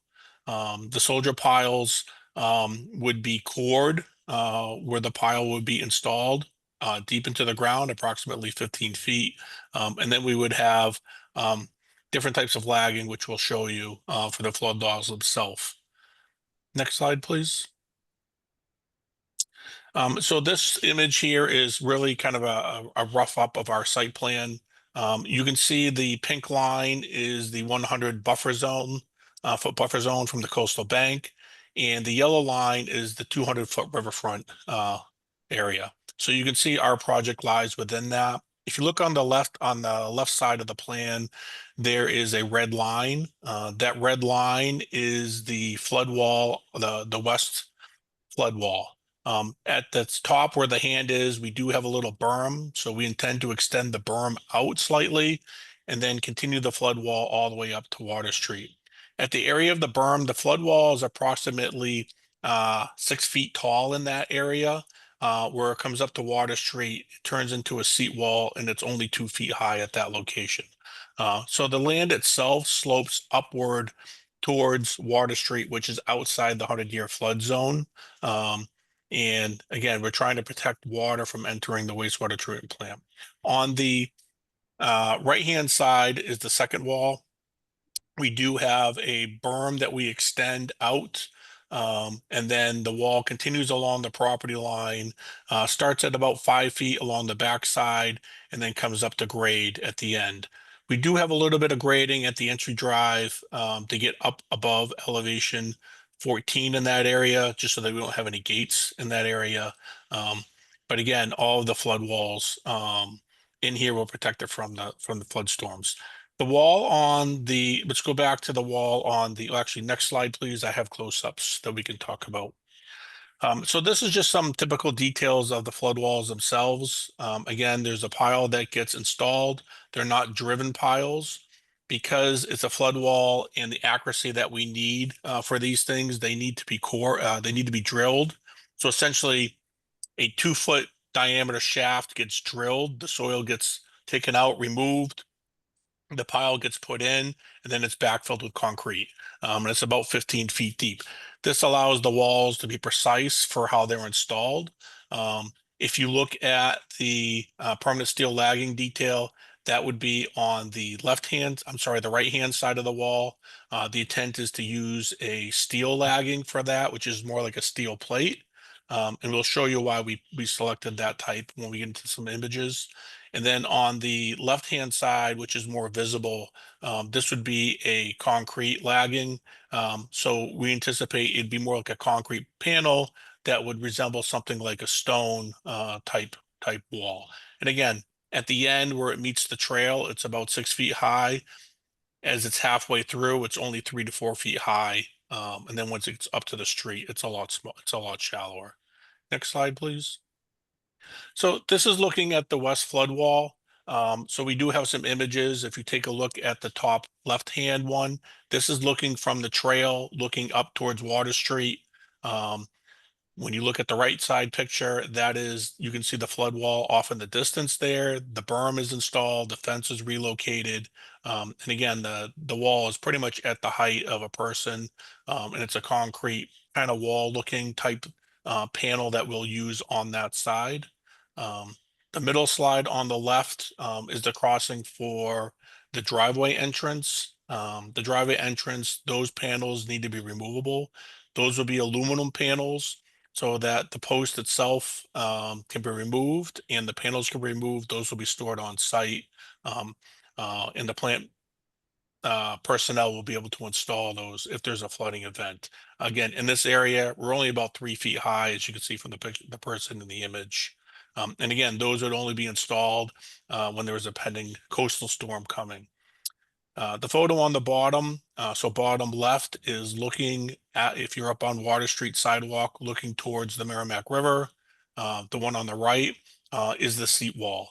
So we really didn't want to extend the flood wall in terms of that type of material with the piles and the lagging all the way up to the street.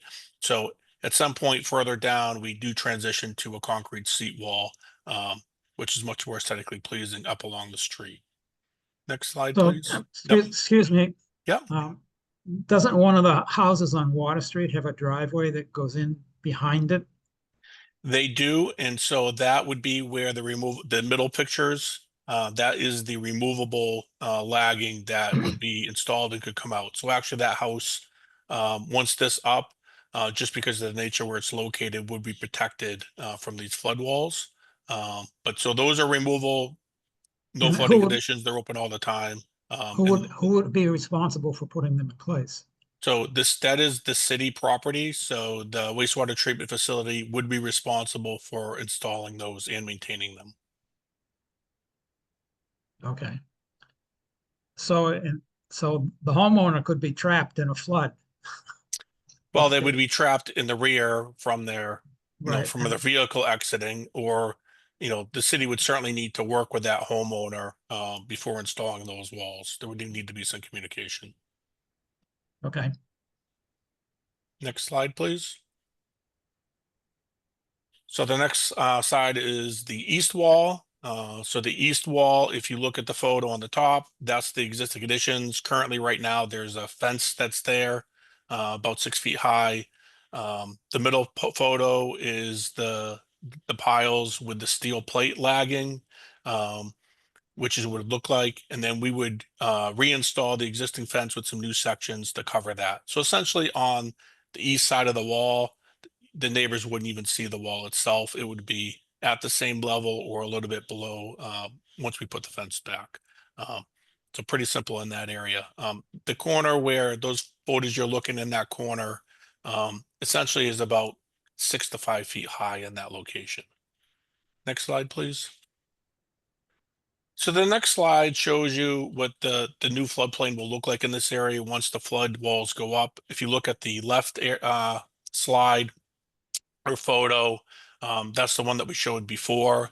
I do note that there is an existing low area currently in that neighborhood on the right hand side that does have a low area where floodwaters currently can tend to accumulate there without being able to flow overland out back to the Merrimack. They do have to exit through an existing 30-inch culvert that's in that location, and we'll talk more about that. Looking at the image on the left-hand side, you can see the new flood map, how it would look. So the flood walls do protect the plant itself. We still do have that little low area off to the right-hand side, but we are providing some protections to that area. We will have a check valve on the outlet and to the catch basins there to prevent that area from receiving any coastal waters coming in there into that area.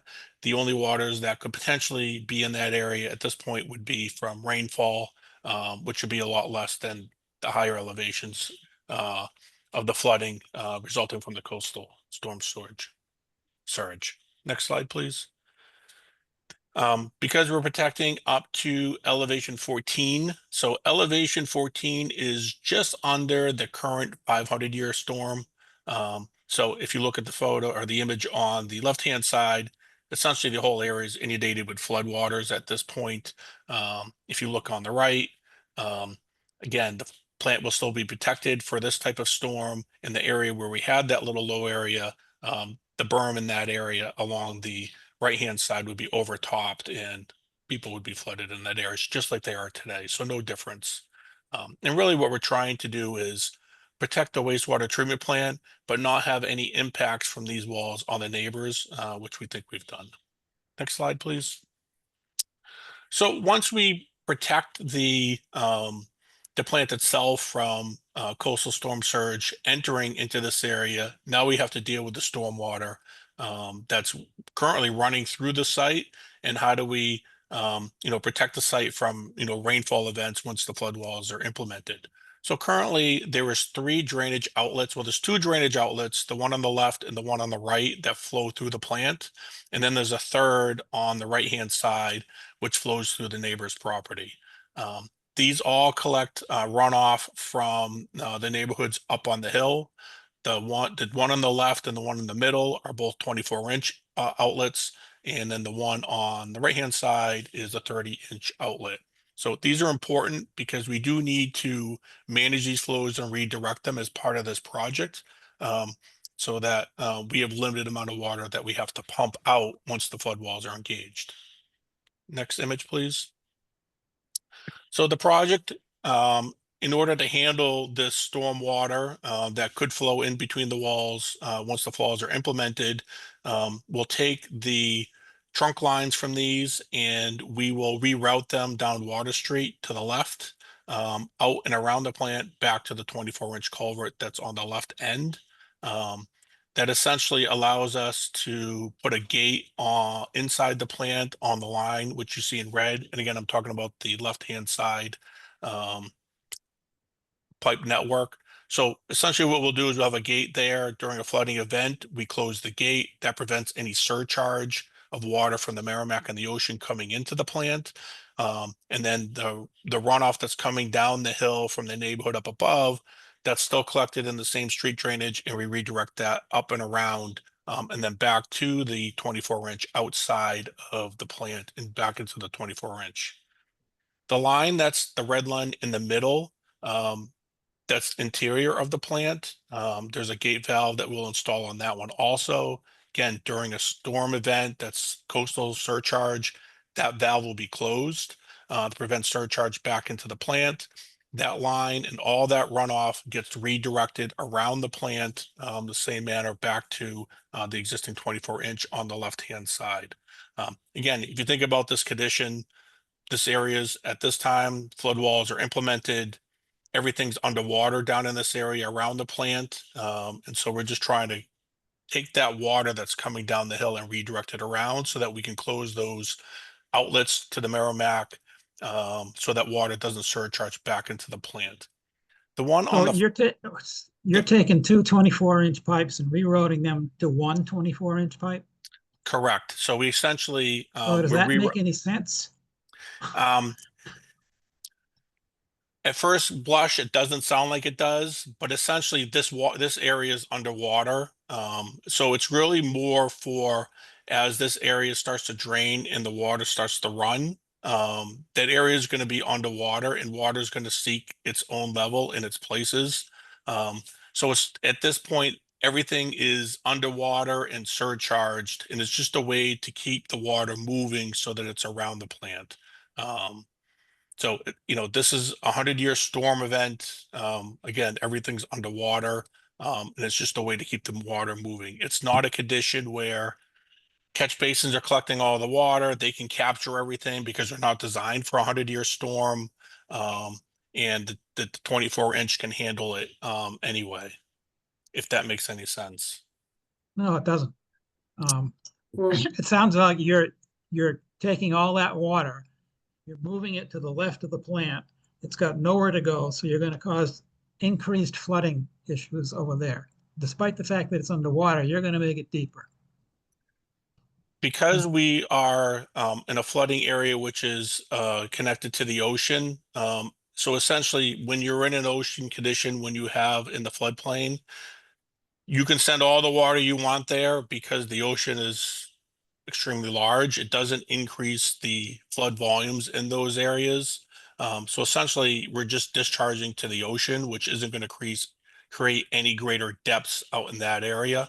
So we don't anticipate any greater depths just because we're rerouting that water around.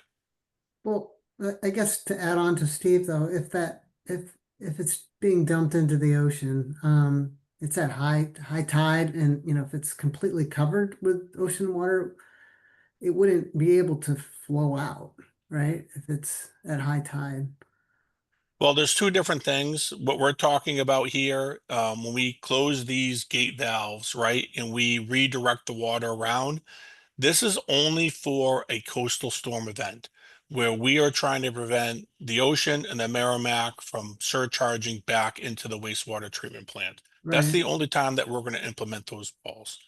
But During I'm just saying, worst case scenario though, I think, So- if you have that situation and you have a huge rain event at the same time, right? Yep. And if that pipe gets basically covered with the ocean water, with the water that's out there, the fresh water, the runoff water will have no place to go. Right? Well, it'll be pressurized and it'll still be pushing itself through the 24-inch. What typically happens in that situation is that once it gets to the lower areas, the water, and I'm sure you've seen it before, it bubbles out of the catch basins, right? Those catch basins down here, once you get beyond Water Street and goes towards the Merrimack, they're all going to be underwater. So all of that water will be pushing itself up out of the catch basins and up and out of the 24-inch culvert. So whether there's two culverts, one culvert, at the end of the day, they're all going to be surcharging through the structures that are already there. And it's not going to make a difference whether there's one or two. Where it does make a difference, and that's the different scenario, is during a heavy rainfall event that's not a coastal storm, right? And in that case, we are still using both of those 24 inches that go through the plant. The gate valves remain open. The gate valves are only closed when there's a coastal storm that is having storm surge into the plant.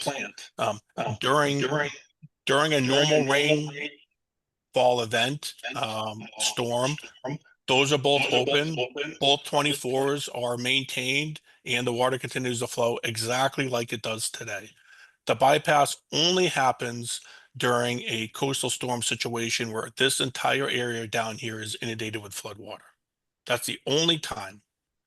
Every other time, both 24 inches are always still open and used, and the water flows exactly the way it does today, and there's no drop in capacity of those 24-inch lines, and there's no change in any of the drainage patterns down in this area. So if there's a king tide, are these 24-inch pipes above that level or below it? The outlets are actually below it, but the revetment and inside the plant, they may see a little bit of flooding, but not enough that it would be the same that they're having today. Not enough to impact any of the infrastructure or the critical equipment that's within inside the plant. We're only talking about, a catastrophic storm, kind of like a Sandy, right? That hit New Jersey and New York, that if that hit in this area, this plant would have been essentially washed away. And so how do we protect the plant from that type of flooding? And that's where the flood walls come into place. Once the flood walls come into place, we do have to stop water from surcharging from the Merrimack back into the facility. And that's how we do it with the gate valves. That's the only time those gate valves are closed. Only time when the entire area is going to be inundated with water, those get closed. In the plant themselves, have that as part of their operations to open and close those valves. You get a 100-year storm event, or we get some extreme rainfall events, which we get all the time. That's not going to cause this flooding down here on the Merrimack up to elevation 12 or below that. The flood walls do not go fully up. These valves do not get closed. They stay open so that the stormwater patterns still remain the same way. There is a third outlet, which is a 30-inch, which is on the right-hand side, which is outside of the plant. That is that little area that's kind of an isolated area that I showed on the previous plans. We're not touching that area. Essentially, we are making some improvements to that. We're going to add a check valve to the catch basins and to the outlet to prevent any storm sewage surge from entering that low area. Currently, right now, surcharge could come back up into that 30-inch and surcharge to the existing catch basins in that area. But the only way to really come out of there is back through the 30-inch. So we are going to put some check valves on there to prevent any storm surge from getting into there. And the only water that would get into that area would be rainwater that falls in that area. So we anticipate less flooding in that area when this thing is completed. And again, it's really, how do we stop the water from surcharging into the plant itself without impacting the rest of the areas? And so the blue line is that new trunk line that during that coastal storm surge can redirect the water around and tie it back into the existing 24-inch. Now, to handle any water that falls within the plant during a case where we got the storm surge, we do have a pumping system, which is kind of near the first gate valve. We do have 2 pumps in that area with a wet well. The existing infrastructure inside the plant itself will drain to that wet well, and the 2 pumps pump out to the other 24-inch, which is the one in the middle. And then we do have some pumping out to the one on the left-hand side. So they pump to both 24s. That's just for water that is captured inside the plant itself. Next slide, and we can show you what those look like. Again, so this is back to, this is what happens when you're in a coastal storm surge. The gate valves are closed here. The trunk line, the blue, this is how the water is routed around. It goes back out into the 24-inch. We have the check valves on the right-hand side. Again, just kind of what I was explaining on the last slide. But again, this is during a coastal flooding event. Next slide. So this is an image of what the pump house looks like. They're not submersible pumps. They're suction lift. We can't sit them down in brackish water because the salt damages the valves and stuff on the pumps. So we do have a house that they sit in. They're electric pumps. They run off of electricity. The existing generator on site is enough to power these two pumps if needed. But again, there's a wet well, there's floats in there. When it fills up, the pumps kick on to pump the water back out over the revetment back into the Merrimack. They have been sized for 10,000 gallons per minute, which would be adequate to ensure that the critical components within inside the station doesn't get flooded. With that, I'll leave it to Q&A. I'm sure there's maybe some more questions on the drainage itself. I think what we're trying to do here is use the outlets that are already there, the 224-inch outlets, and not have to recreate a new outlet out to the Merrimack. The way that the stormwater is routed now, again, we're only bypassing when everything is underwater and it's a storm surge from a coastal storm.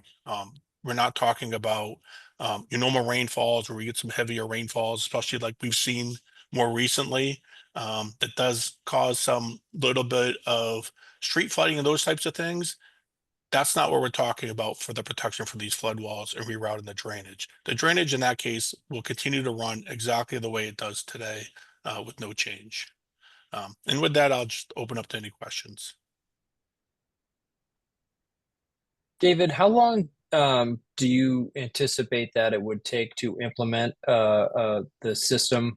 To fully implement a protection measure. So in it's the gonna case be, of a storm, not the construction. I mean, Yep. the Yep. So the valves themselves obviously will be part of the electronics that the facility already has as part of their daily operations. So the valves can be closed pretty easily with a couple of pushes of some buttons. okay. Where we will need to close off is there's actually two entries, one for the driveway that we talked about that also accesses the neighbor. And then there's one for another driveway down by there's a National Grid switchgear, or I'm sorry, transformer down there, which will be inside the walls. Those we don't anticipate taking more than an hour or two, depending on where they're stored. The intent is they'll be stored on site. The staff will be trained how to implement those, and they should be installed within a couple of hours or less. And how watertight would those temporary sections be? Are they do they provide the same degree of protection as the permanent areas, or would there be some anticipated leaking in those areas? Yeah, we certainly anticipate that there will be a little bit of leakage through there, and the pumps have been designed to accommodate some leaking through the walls that could occur. So the way the pumps work, actually, it's we anticipate one pump being able to handle the majority of the water leakage that falls in there or any leakage that we may have. And then once it drains it down, it shuts off. Water levels rise again inside the plant or inside the wet well. The second pump kicks on, so they alternate.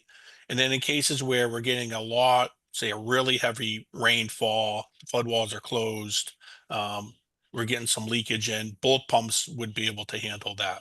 It's the way it's designed, and both pumps could pump at the same time. Okay. I have a couple questions about one, the construction of the wall. Have you done any like test borings to ensure that you're not going to hit something? I mean, you're saying you're Yep. essentially drilling 2 feet wide holes right down to 15 feet. Is that correct? Correct. Correct. We have done some borings out there to determine what the soils are. The flood walls are all placed along the property line, so they are outside the locations of the critical infrastructure and underground piping out there. So I think we feel fairly confident that they're in locations where we're away from the utilities, and we are aware of some areas where there are some utilities that are going to cross under the walls themselves. But we have done some some borings out there. But again, those are more for determining what the soils are. But most of the infrastructure, again, is inside. And if you look at the entryway that comes in off of Water Street, kind of in the middle of the plant, that's where a lot of the utilities come into the plant in that area, and we don't have any walls. It's only along the property line, which is why, you know, in that area we opted to kind of raise that driveway up a little bit, about a foot, to make it so that we could get up to elevation 14 without having to put a temporary gate across that driveway entrance. Mm-hmm. And then how about groundwater infiltration? Do you have any now, or do you anticipate groundwater infiltration being a problem there? And if you do, will the pumps handle that? Are those lines, the drain lines that exist now, how old are they? And, you know, is there the possibility that, you know, they could sort of exfiltrate or, you know, impact that existing area? Yeah, great question. I have been working with the city engineer on the drainage piping and the infrastructure. My understanding is it is fairly old. There's a lot of concrete pipes. I would be surprised if we didn't get any infiltration of groundwater through the pipes during a flooding condition.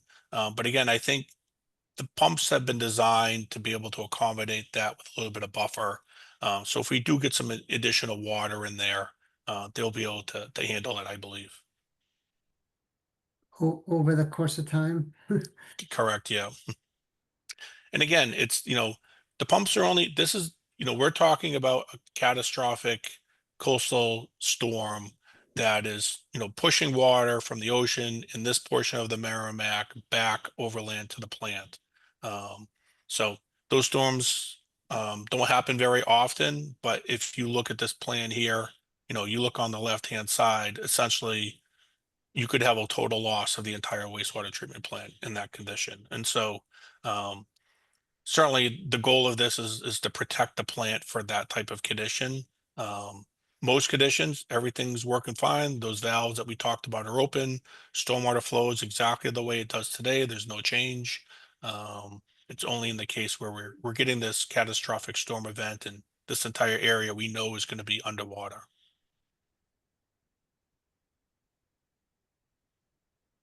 So, David, you go ahead. let's assume we're not having a catastrophic coastal storm, but we are having a major rain event.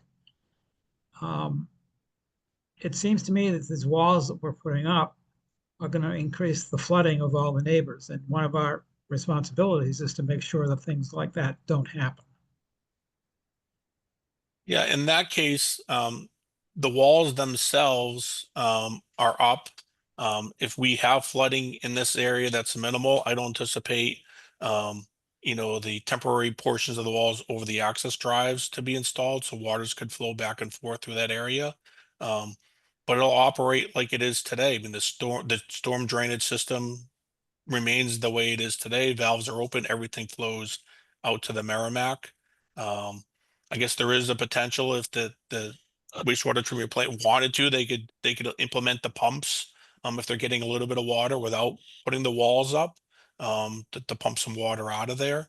But you know, really the walls themselves aren't really moving floodwaters elsewhere because we're in a coastal situation. Um, it's not like upland where if you fill a portion of the floodplain, that floodwater has to go somewhere. It goes to other portions of the river and floodplain. In this case, we're pushing water out away from the wastewater treatment plant back to the ocean, which doesn't really, because it's so large, it's insignificant, whatever rise that would be. Yeah, this is Andy. I would also just add in there to that point. I mean, this is a relatively small area. If you look at the entire area that the floodwaters are going to be filling, so any proportional increase that might be happening there or displacement is so small in comparison to where it has to go. There's space for it to go to essentially, and this is the critical infrastructure of the city that everybody depends on. So there is a need to keep this plant running, even if it means there's a little bit of a displacement up the river, essentially, which is where it's going to go. Essentially, this area is already going to be flooded. What we're trying to do here is make sure that the plant itself is still running for everybody in the city.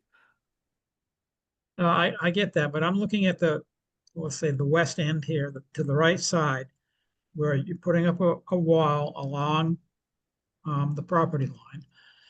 So in a major rain event, not a coastal storm, you've got a lot of water running down the hill, and it's going to go into that area behind the houses on Water Street, and they're running into that wall. They've got this little outlet off to the right and a pipe that has a check valve or whatever.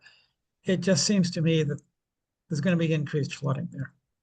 Yeah, I think you're talking about the houses on Water Street that are directly in front of the plant. Are those the houses? Yeah, Right. those houses are up a lot higher than the plant itself. And so that water, as it would today, is going to flow right by those houses and then enter into the plant area, where it would enter into its infrastructure and then drain out. The plant essentially is almost like a bowl down in that area, where Water Street is up higher. The only place we don't have that is further to the right, where those houses are a little bit lower. In terms of the way Water Street is, essentially where it comes up to the plant in the middle, it's essentially almost a high point in the roadway there, and then it So, crosses down on the left and it comes down on the right. so the area I'm talking about is you've got those two large circles there in the Yep. plant, and then you've got the wall that you've now constructed. You got all that water coming down the hill and draining off of Water Street, and now they're running into a wall. They're not going into the plant. No, there is no wall in the back behind the plant. Andy, can you go back up to one of my earlier slides? Perfect, that one. So as you can see, there is no wall along the back there. That dark line is the property I'm line. not talking about that. I'm talking Yeah. further to the right. Okay, where those houses there. Yep. Yes. So you got all the water running down. They're running into that wall. There's going to be increased flooding there. There has to be. So right now that area is a bowl itself. Water cannot flow overland out through the plant unless it's up over elevation about 10.6. So the water sits in there and it has to drain out through the 30-inch culvert. That is the same as what happens today. What we are trying to do as part of this project is we're trying to make it so that, yes, we're going to get some overland flow that comes down the hill. Again, city's infrastructure, catch basins isn't designed for a 100-year storm, right?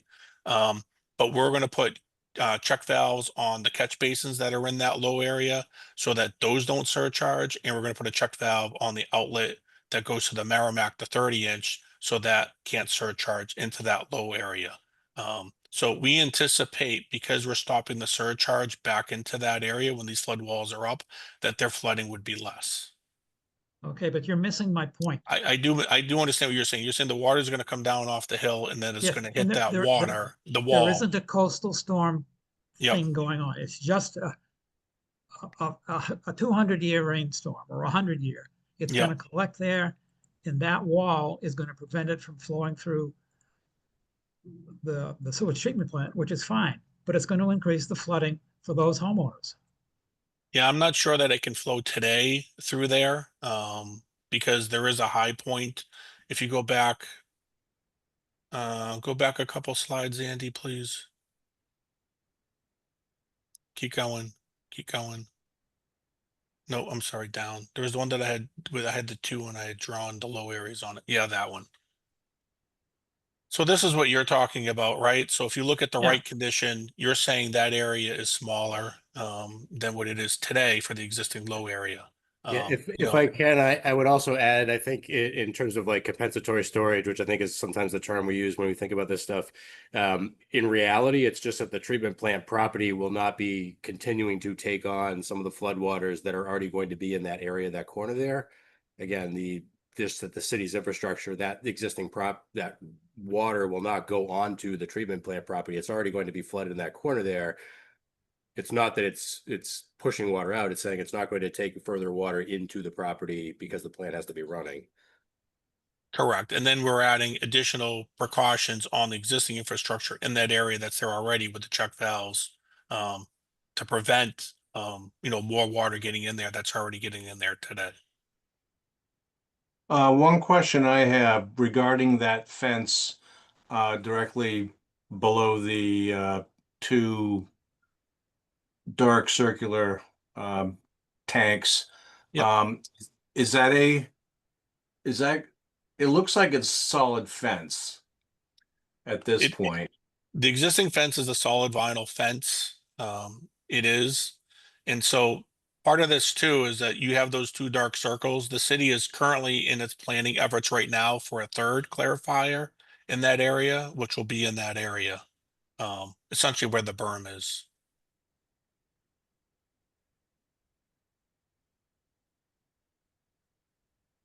I think my point is it is kind of restricted there right now. Correct. There's a bowl there today, and there will still be a bowl there when we're done. We've done our best to limit what water can get into that bowl. We've done that a couple of ways. One is the check valves, and the other is if you go to back down to the drainage where I show the rerouting. Next one. So if you zoom down in where it says the gate valve done by Water Street. So there is a gate valve down here. This would only be closed to shut the line off during a coastal storm surge.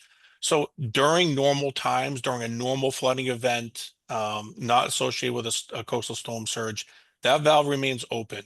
Water can continue to flow down through the plant like it does today. So we wouldn't be picking up any additional water up on the hill that wouldn't be going to that low area as it is. So it really provides the same flow through the plant that we already have. And then the one on the right, again, continues to maintain its flow. We're not adding any additional flows to this low area. We do have a catch basin in there that we are going to connect through. But again, we're going to put check valves on that. So during those types of situations, that 30 inches running full, it hits that flat area, it wants a surcharge. It's so that water can bubble out of those catch basins. It's not going to be able to. It's going to continue to shoot that water out to the Merrimack. Okay, yeah, I'm looking at the contour lines too. You can see it goes up to 11. Yeah. Next clarifier, it drops down to 10 or 9. It's actually goes down to 7. Yeah, and Goes the down to lowest area 7. is 7. Yeah, and the plant itself, when you get up to those clarifiers, you can see the contour 10 and 11. Mm-hmm. So it does get up a lot higher. So it's an existing bowl that exists today. Okay. Yeah. So doesn't look like it wouldn't really change a lot with the adding this watertight wall, because it's already kind of watertight to a couple of feet. Yep. And again, we did meet with the neighbors. They had some of the same concerns. Originally, we were taking that blue line, essentially, we were running it out to the 30-inch towards the right. They had some serious concerns with us directing the water through the back there and that low point out towards the 30-inch to the right. And so then we modified our plans to run everything out towards the left and down Water Street, just to make sure that we keep the water out of that area. And then we added, based on their concerns, we added the check valves to make sure that we limit what water surcharges into this area. We don't want water coming back from the Merrimack into this low area, and we certainly don't want it to be surcharging to the catch basins as that water's running down that pipe out to the Merrimack. David, what's the impact if the temporary walls don't get put in during a catastrophic storm? Just Well, like what happens then? Like, what's the impact is what I'm wondering. yeah, the impact is floodwater is going to race through those openings. I'm sure the pumps will kick in, but certainly not going to be able. I mean, I'm sure they could handle some of the water at certain elevations, but if the water's up to 12, 14, it's certainly not going to be able to handle pumping all of that water out of there. Yep. Yeah, I think what's going to happen is whoever's supposed to do it's going to get fired. David, Are have those you valve- taken? Oh, Dan, go ahead. I was just going to ask about sea level rise, and how long do you anticipate this being an effective protection layer of protection for the wastewater treatment plant? What's the life expectancy of this project? Yeah, I think there's lots of numbers that have been floating around there for a long time. I do know the city made a decision when they did the trail to go with elevation 14, which is just under the current 500-year storm event.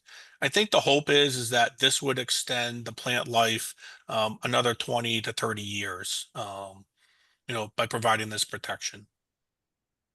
And at that point, does this system offer a modification? Would it be able to be modified to go to a higher level, or would the entire project have to be redone in 25 or 30 years if sea level continues to rise at the current rates? Yeah, I mean, once you get above elevation 14, you're talking about there were some serious changes you would have to make out here, because all of Water Street would be underwater. So right now, we don't have flood walls along Water Street because it's a high point. So you would need to look at systems where you have to raise the road itself, or we would be talking about flood walls in the back of all those homes currently that we don't provide flood walls. We could certainly add on to the existing flood walls. Certainly there would be a significant cost to that, and there's things that you could do to the berm revetment to maybe put a small wall on top of that or raise that berm. But really the biggest issue, and we've explored this at length, with Jordy and Chris and John Eric at the city, really that it's Water Street is really, the deciding factor here, where really that roadway would need to be raised to prevent waters from coming into there for higher storms. Okay. But again, Bob, I think the good news is that the elevation 14 though does get you to, what is now today just under the 500-year storm event.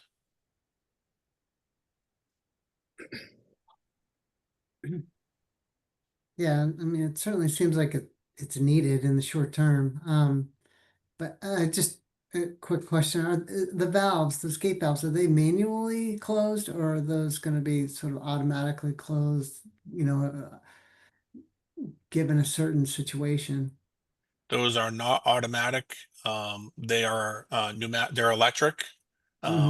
They are they will be integrated into the electronics that the wastewater treatment plant already has, along with the pump on-offs, alarms, all of those things that associate with the pumps will also all be integrated into the existing SCADA system that the city already has as part of the wastewater treatment plant. Okay, good. So it's all part of that stuff. And my understanding is, and Chris is on that, I believe he can access all of that stuff remotely. Doesn't even need to be at the plant to implement that stuff. Okay. Is that SCADA system and the operation for emergency response situation like that in any kind of emergency response plan for the city? Do you know? That I don't know. Maybe Chris, if you're on, you could speak towards that to that. Yeah, I'm on. Can you hear me? Yes. Yep. It is not part of the city's emergency response plan. It is part, well, the SCADA system is integral with the operation of the wastewater treatment plant. SCADA, if you don't know what that is supervisory control and data acquisition. Basically, it monitors all the points of of data throughout the plant. It's a talk back and forth. We gather information, and then we can send signals back out to open valves and whatnot, turn on pumps and so forth. And it would be the same protocol for this system. So we would have level controls. So if somebody was, I hate to say it, but if somebody was asleep at the switch, the computer is always working 24/7. So we'd have level controls that would automatically close those valves in that instance.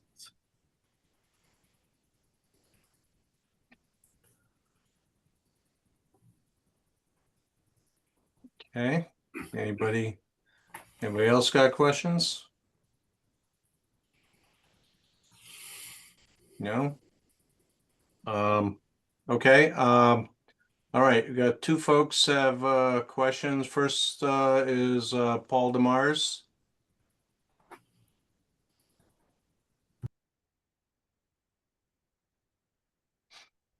Okay, you're gonna mute yourself, Paul.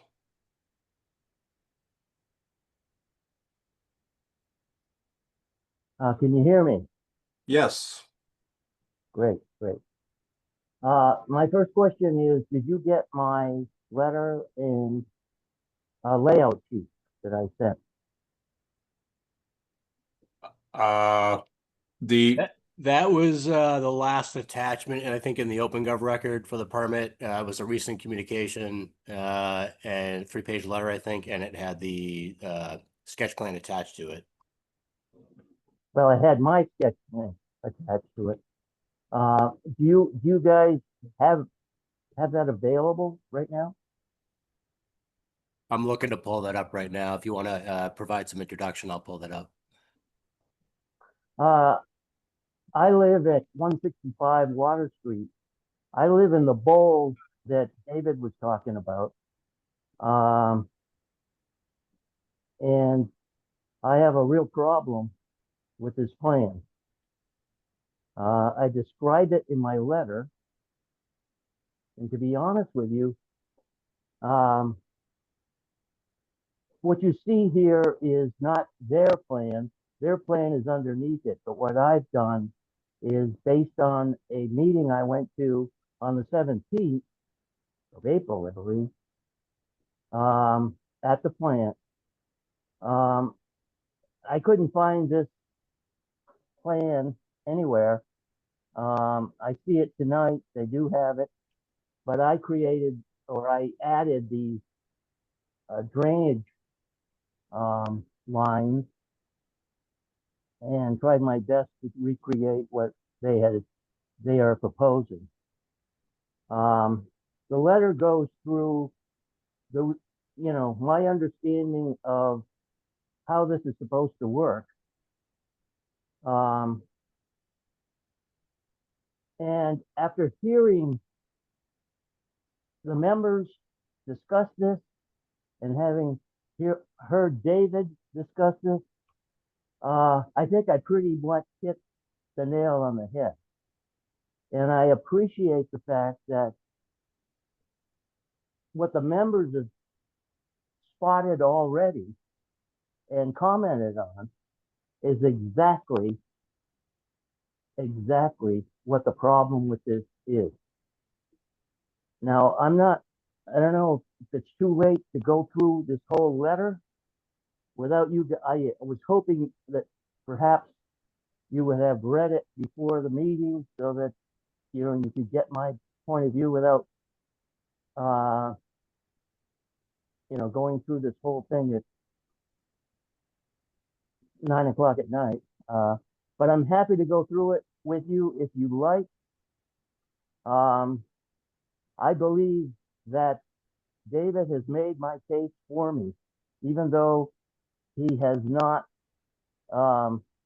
agreed with some of it. Basically, what we're doing here is cutting off in the most severe storm that you can think of, because that's what this is all about. We're cutting off the the water from being released from the drainage system to the Merrimack. In the first two cases, if you look at storm drain A, that's got a gate valve. If you look at storm drain B, that's got a gate valve as well. So those get shut off during the storm. C is right behind our place. C, we've had a problem with over the years where when it got clogged, the water would come right, I mean, geysers would come out of the, what am I trying to say? The manhole or the The drain? manhole. Yeah, I mean, I get, you know, 10 years ago, there was an event. It only lasted a few hours, but there were geysers coming. That's just from being plugged. Now we're stopping all of the, and they've got a check valve that they just added, which is great, I think, but it isn't. Because what it does is stop the river from coming in, but there's no way that water's going to flow through that if it's underwater. So the river trumps the storm drain system, and we're going to be flooded by the city water. You know, even if the river is contained, they are proposing to stop all of the flow without a pump. The only way that this works is if you can, during the event, in the event, I've never seen a flood or 100-year storm that didn't have water, rainwater. And so these are going to be taxed. These outlets are going to be taxed. This whole drainage system is going to be taxed. And we're going to be flooded by our own water. That's, you know, and the theme of this April 17th meeting was do no harm. And I can't imagine doing more harm than closing off the storm drain system during a 100-year storm. And the only thing you could do is to back up into our neighborhood.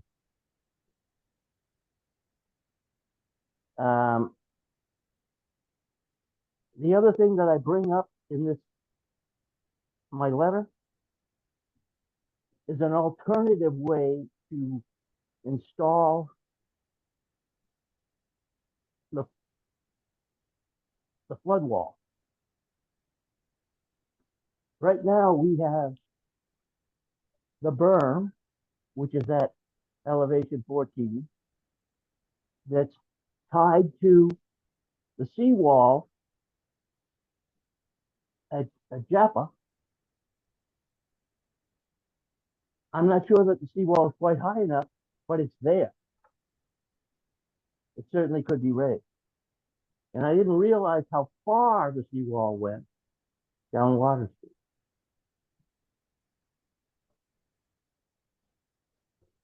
That needs improvement, I'm sure, but it's there. The footings are there, and the wall is there.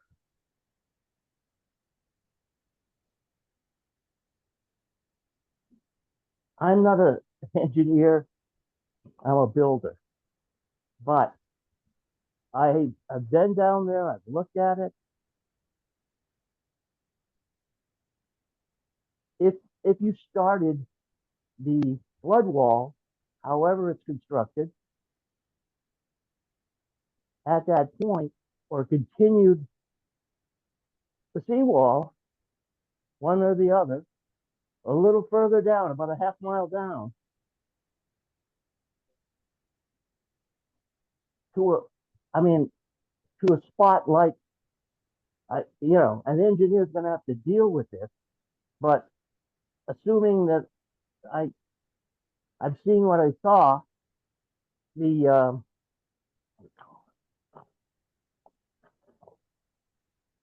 Joppa Flats Education Center, and you crossed Water Street using the removable panels for the flood wall to be installed prior to a flood situation, just like they're proposing in their plan. That would work as well. The only difference is the neighborhood would be part of this protection plan, and not only the treatment plant. I urge all the members to read the letter after hearing what David has said and consider what I'm talking about. Okay, thank you.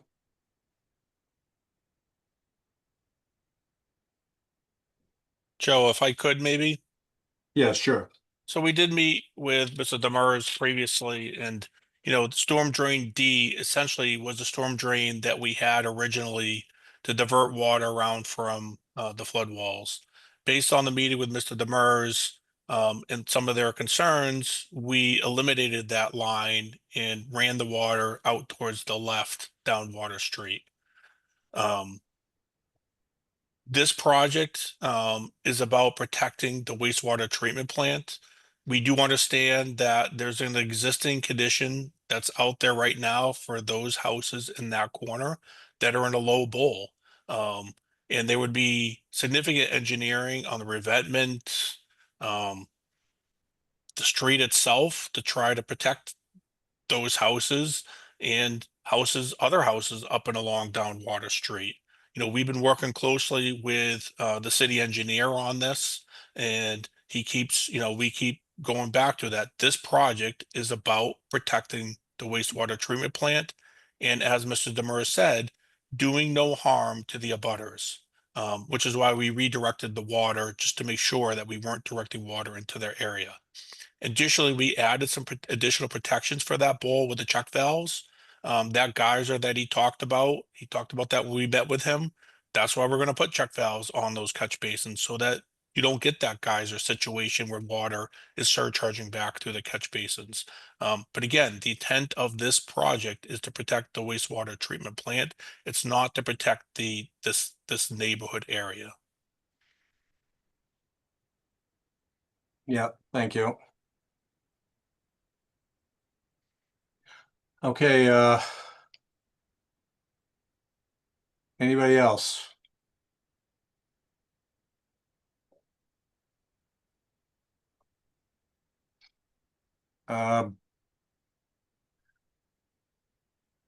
Mr. Demers, do you have another comment? I'll give you a minute.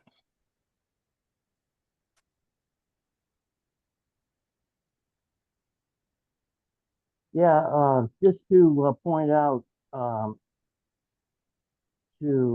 based on what David has just said, that's right.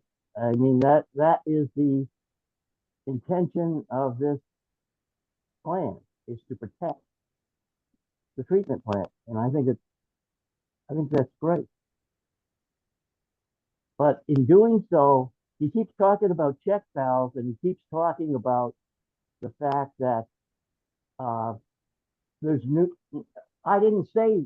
I said that you said do no harm. I didn't say do no harm. You're closing off. Okay, what? we're not going to get into a blaming back and forth at this point. What else do you I have? thought this was a public hearing. It is. Okay, I'm the public, by the way. And I spent a lot of time and energy and money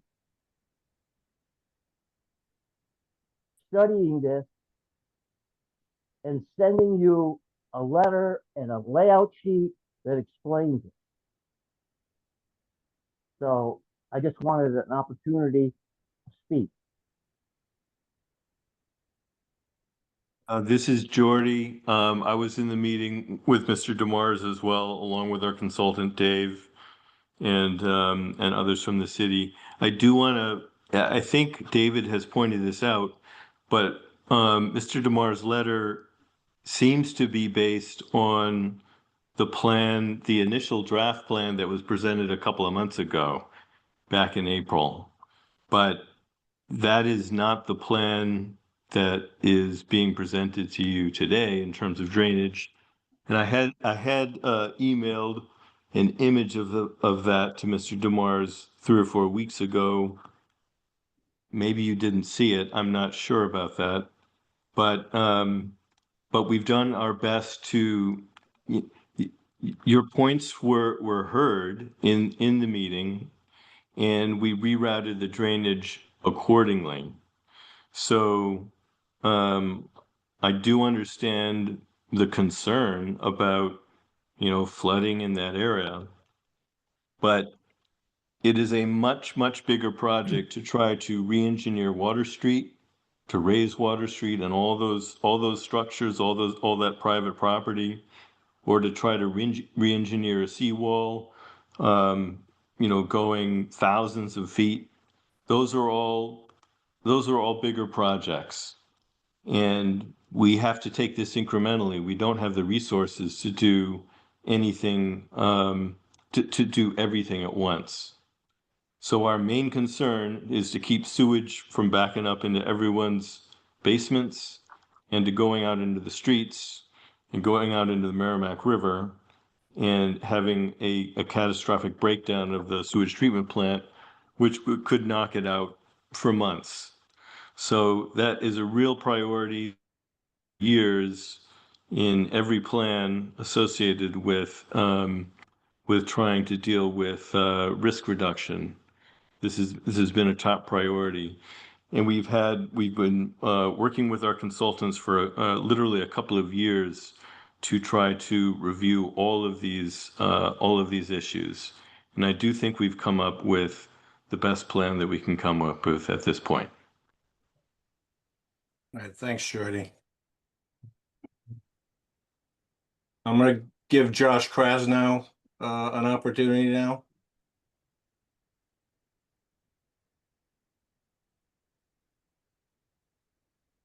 Sorry, Joe, who are you referring to? Josh Krasnow.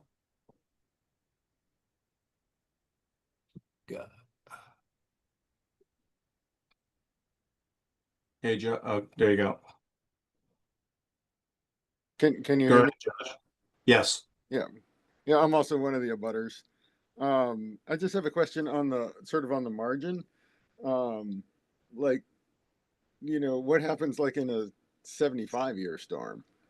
Like where does that decision get made? And if the check valves and walls are put up without the flooding, like wouldn't that also sort of impact the drainage through the sewer system out in the outflow pipes? Like as was pointed out before, you're taking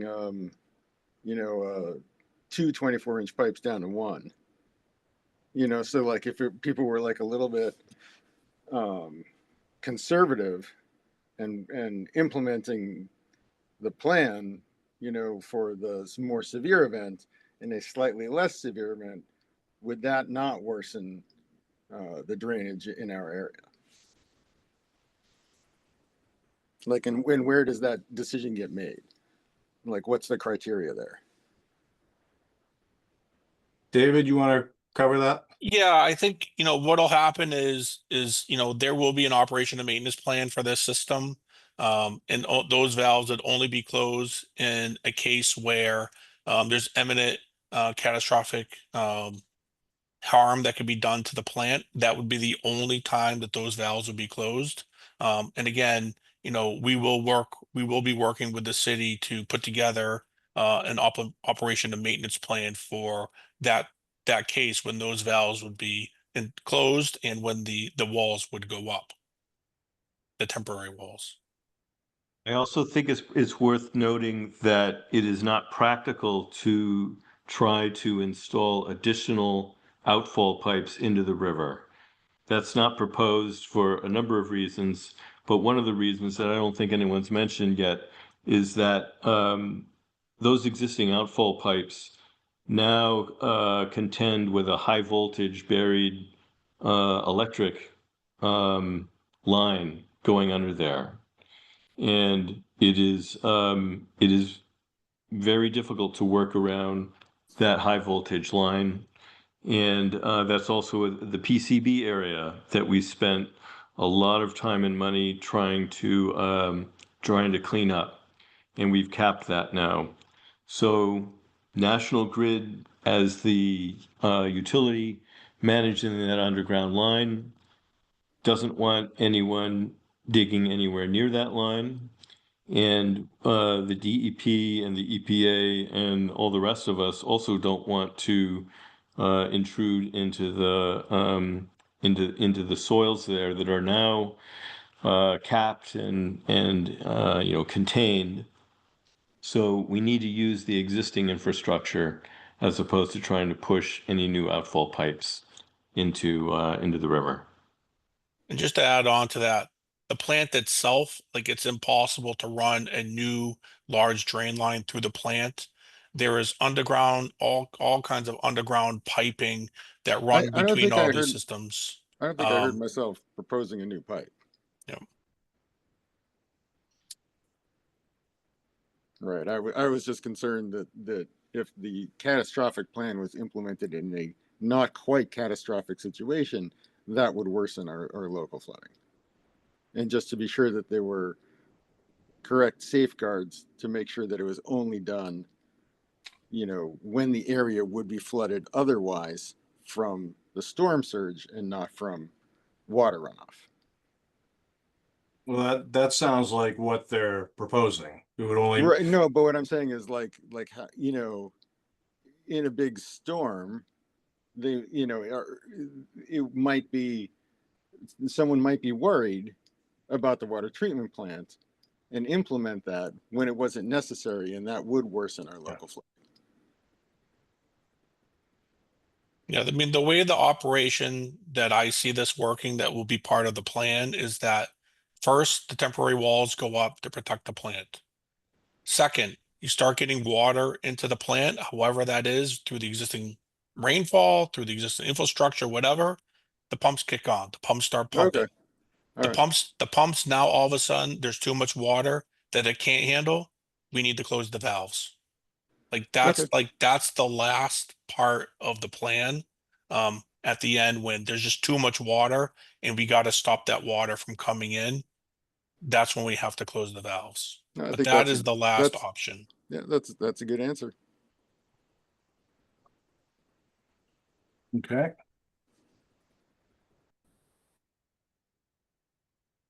All right, thank you. What are we considering for this? Are we looking at a continuance, or do we want to make a decision?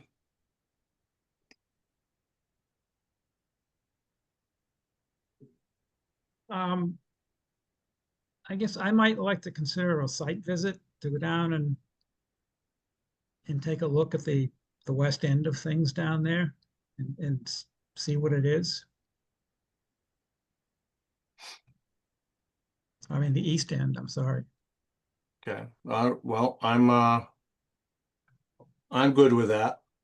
I think that it's a big enough project. We should probably go look at what's being proposed on site. Okay. I think it'll have to be like the week of the 21st or sometime. That's what it looks like. Okay. So can we do that, David? That week works for me. Do you have a day in mind? Afternoon? Did you want to handle this in the same way you did the one earlier this evening in terms Yeah, of? well, let's do that. Okay. Yeah, David, why don't you send Andy dates that you could make it, and we'll coordinate that way. That sounds good. Yeah, just give us, a few windows so we can try to make sure that all the commissioners can be available for whatever one that works, and we can just pick that one and confirm back to you. Okay. Okay. All right then. So you want to continue this to August 5th?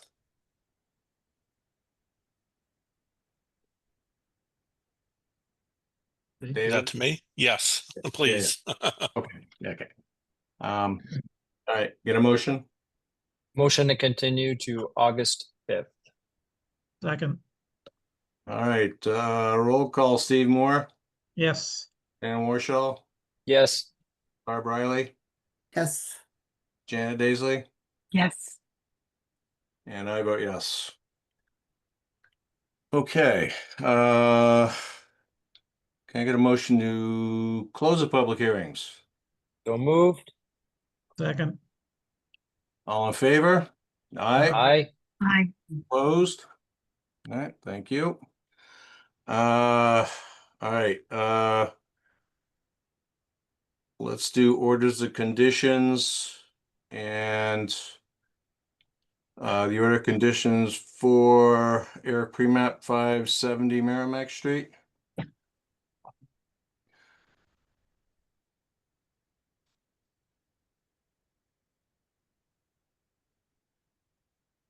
All right, let's see. We have that list of conditions, and I'm assuming Julie and Andy have been taking notes on these conditions. I have, yeah. Can we bring up their proposed conditions? Yeah.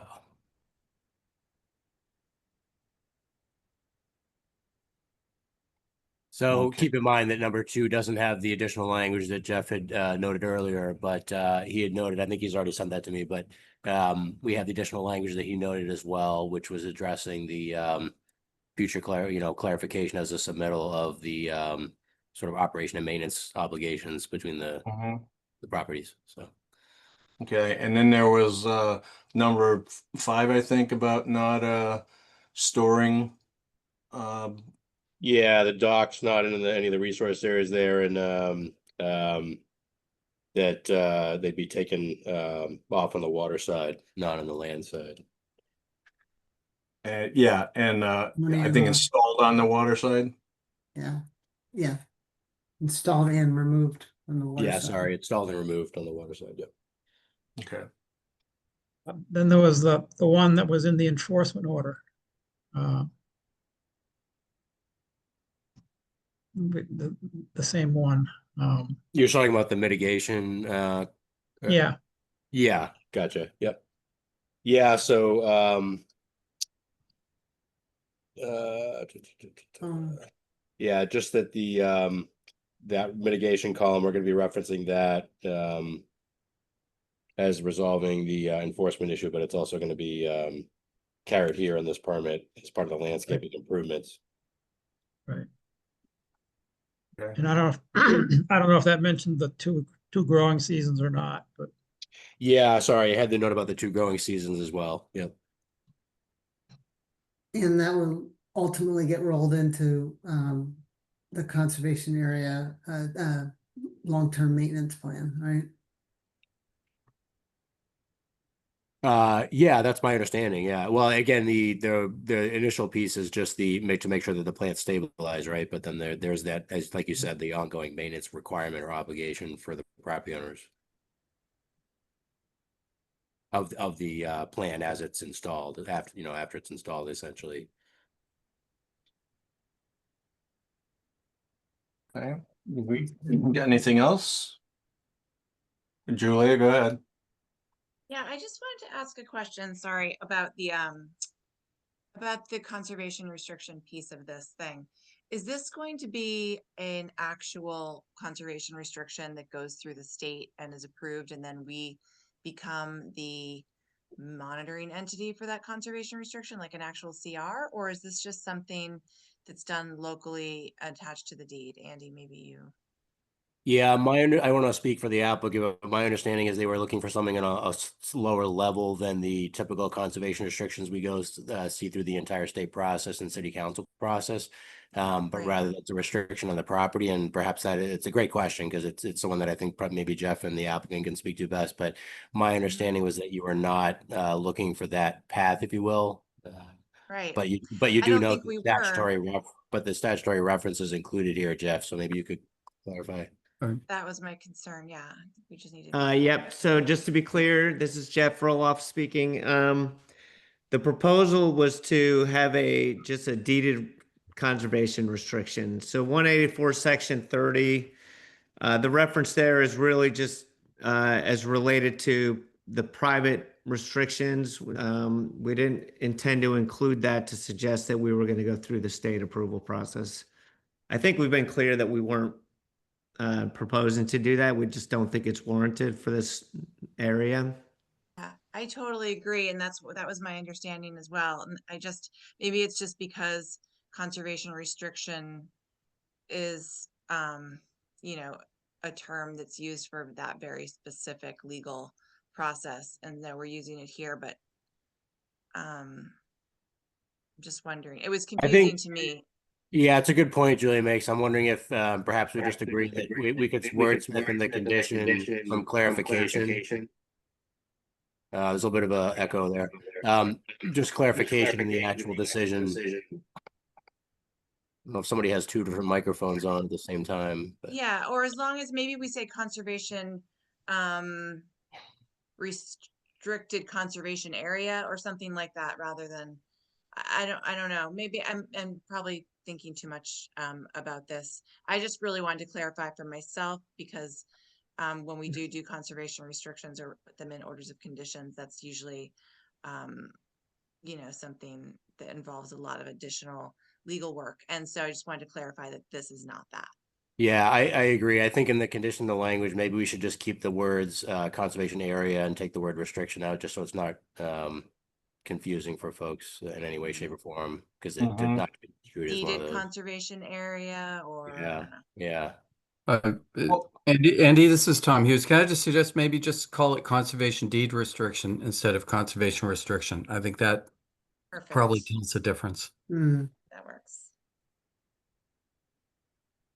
Okay.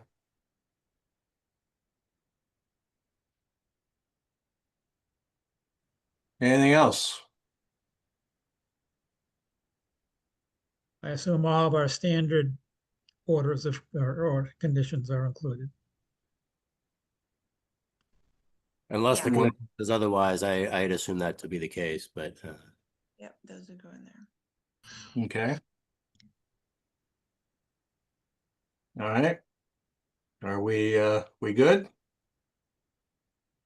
Yeah. Motion to issue the order of conditions Second. as adopted and amended. Second. All right. Roll call. Steve Moore. Yes. Dan Warshaw. Yes. Barb Riley. Yes. Janet Daisley. Yes. And I vote yes. All right. Thank you, folks. Thank you all. Appreciate it. Have a good night. Okay. So with 8 S Street, has there been any movement on 8 S Street? I don't have anything on that new, no. Okay. All righty then. In that case, do we have anything else? I did want to note, I don't know if Julia has anyone to add. I did want to note, you may recall we had a brief discussion, I think the last meeting about it, just as a heads up, but the Kmart, it's referred to as the Plaza Landings development over in that site. There is a filing and application online. The comprehensive permit has been filed with the zoning board of appeals. And there's, a couple of different pieces to that. There's two things I think that are saying that they're worth noting. One is that the zoning board of, just from a regulatory perspective and a permitting perspective, the zoning board of appeals has jurisdiction to grant local regulatory waivers or variances. They're referred to as waivers under the statute here, but variances essentially from local regulations in order to make the project feasible, if you will. They have to go through those particular points of relief as they do their permit process, but it's all consolidated through that one board.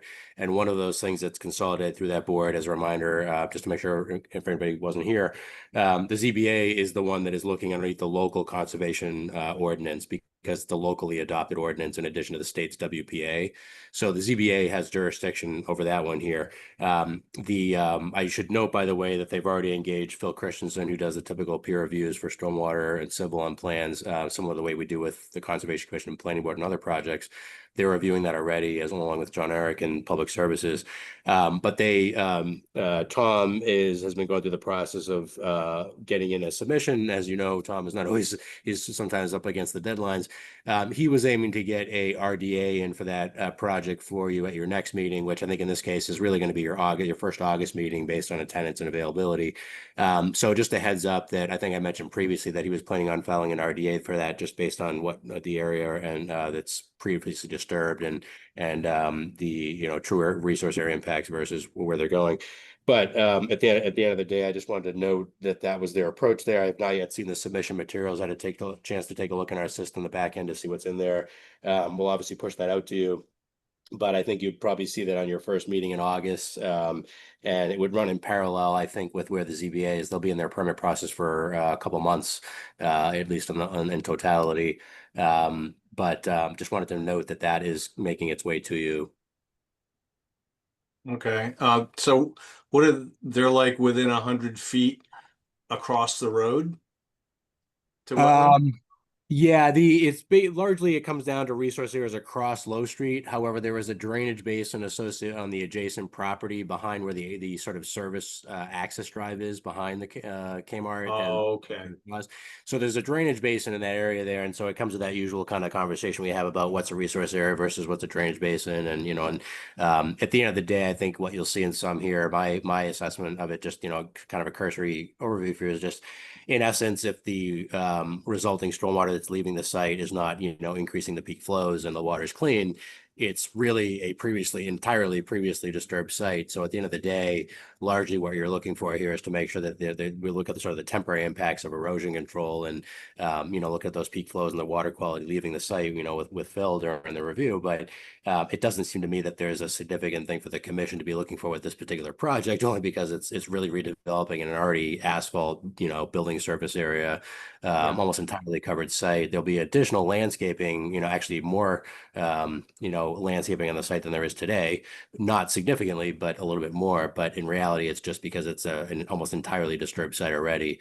So the focus from a conservation perspective on this one is a little bit less, in my view. I'll speak only for myself, only because it's not on the coast. It's not, an undisturbed site. It's already previously disturbed. But so I think we had touched briefly on the idea of that being an RDA versus an NOI, I think the last meeting. But Tom is making his way in, and as you know, he sometimes is rushing to get things in sort of last minute. So I haven't seen his submission yet, but I think you'll see that on your first August meeting. Okay. So, Andy, I don't know whose bailiwick it lies on, but the landscaping, I'd like to see it all be native, not the typical junk that they put in. Yeah, great point. I think if you are concerned about that, my suggestion, just based on the regulatory regime involved, or regimes, meaning, recognizing that the WPA still goes to the commission here. I would suggest bringing those issues and commenting on those issues as it relates to the ZBA's hearing process, because that is the best path, I think, to have issues like that addressed in the ultimate decisions and enforceability and so forth. So to me, that would be something that, as we try to address and flag all the issues with the applicant and see what's worked out before the final plans are approved, I would suggest that be, spoken about during that process there. They won't be talking about the areas like that. I should note at their next meeting, the next meeting they scheduled, or they continued, the ZBA continued the matter to, was the 22nd, I think it is, of July. But they're going to focus, I think, almost exclusively on traffic that night. So it'll be a subsequent meeting or meetings where they're talking about the other areas like design. And so that would be like a month or two out. But if you track those meetings and sort of we stay tuned as to where they are, it's just that the next meeting they seem to be, I think, focused or devoting that night to traffic. Okay. Very good. Anything else? Yeah, in the beginning when I logged on, I could hear you, but it wasn't as loud as I would like it, and I couldn't raise my volume on my computer. So I was trying to get my other one on and walking around holding one and making noise. So I'm sorry to be disruptive. Oh, yeah, jeez. That's the least of our worries, Gretchen. Okay, good. At least of mine. While I was walking downstairs, I know that makes noise. No, you're fine. I like watching Dan walk around with his computer and he decides to go attend the meeting outside or has to go talk to somebody. Those are the ones I enjoy. That was just one time, Joe. Once. And it's never gonna leave me, Dan. I hope I didn't make you a little motion sick. I apologize. Oh God, no. I have to look away. I can't watch you doing it. All right. Anything else? Motion to adjourn. Second. All in favor? Aye. Aye. Opposed? All right. Good night. Thank you, Andy and Julia. Night, everyone. Thank you. Have a night. good night. Thank you.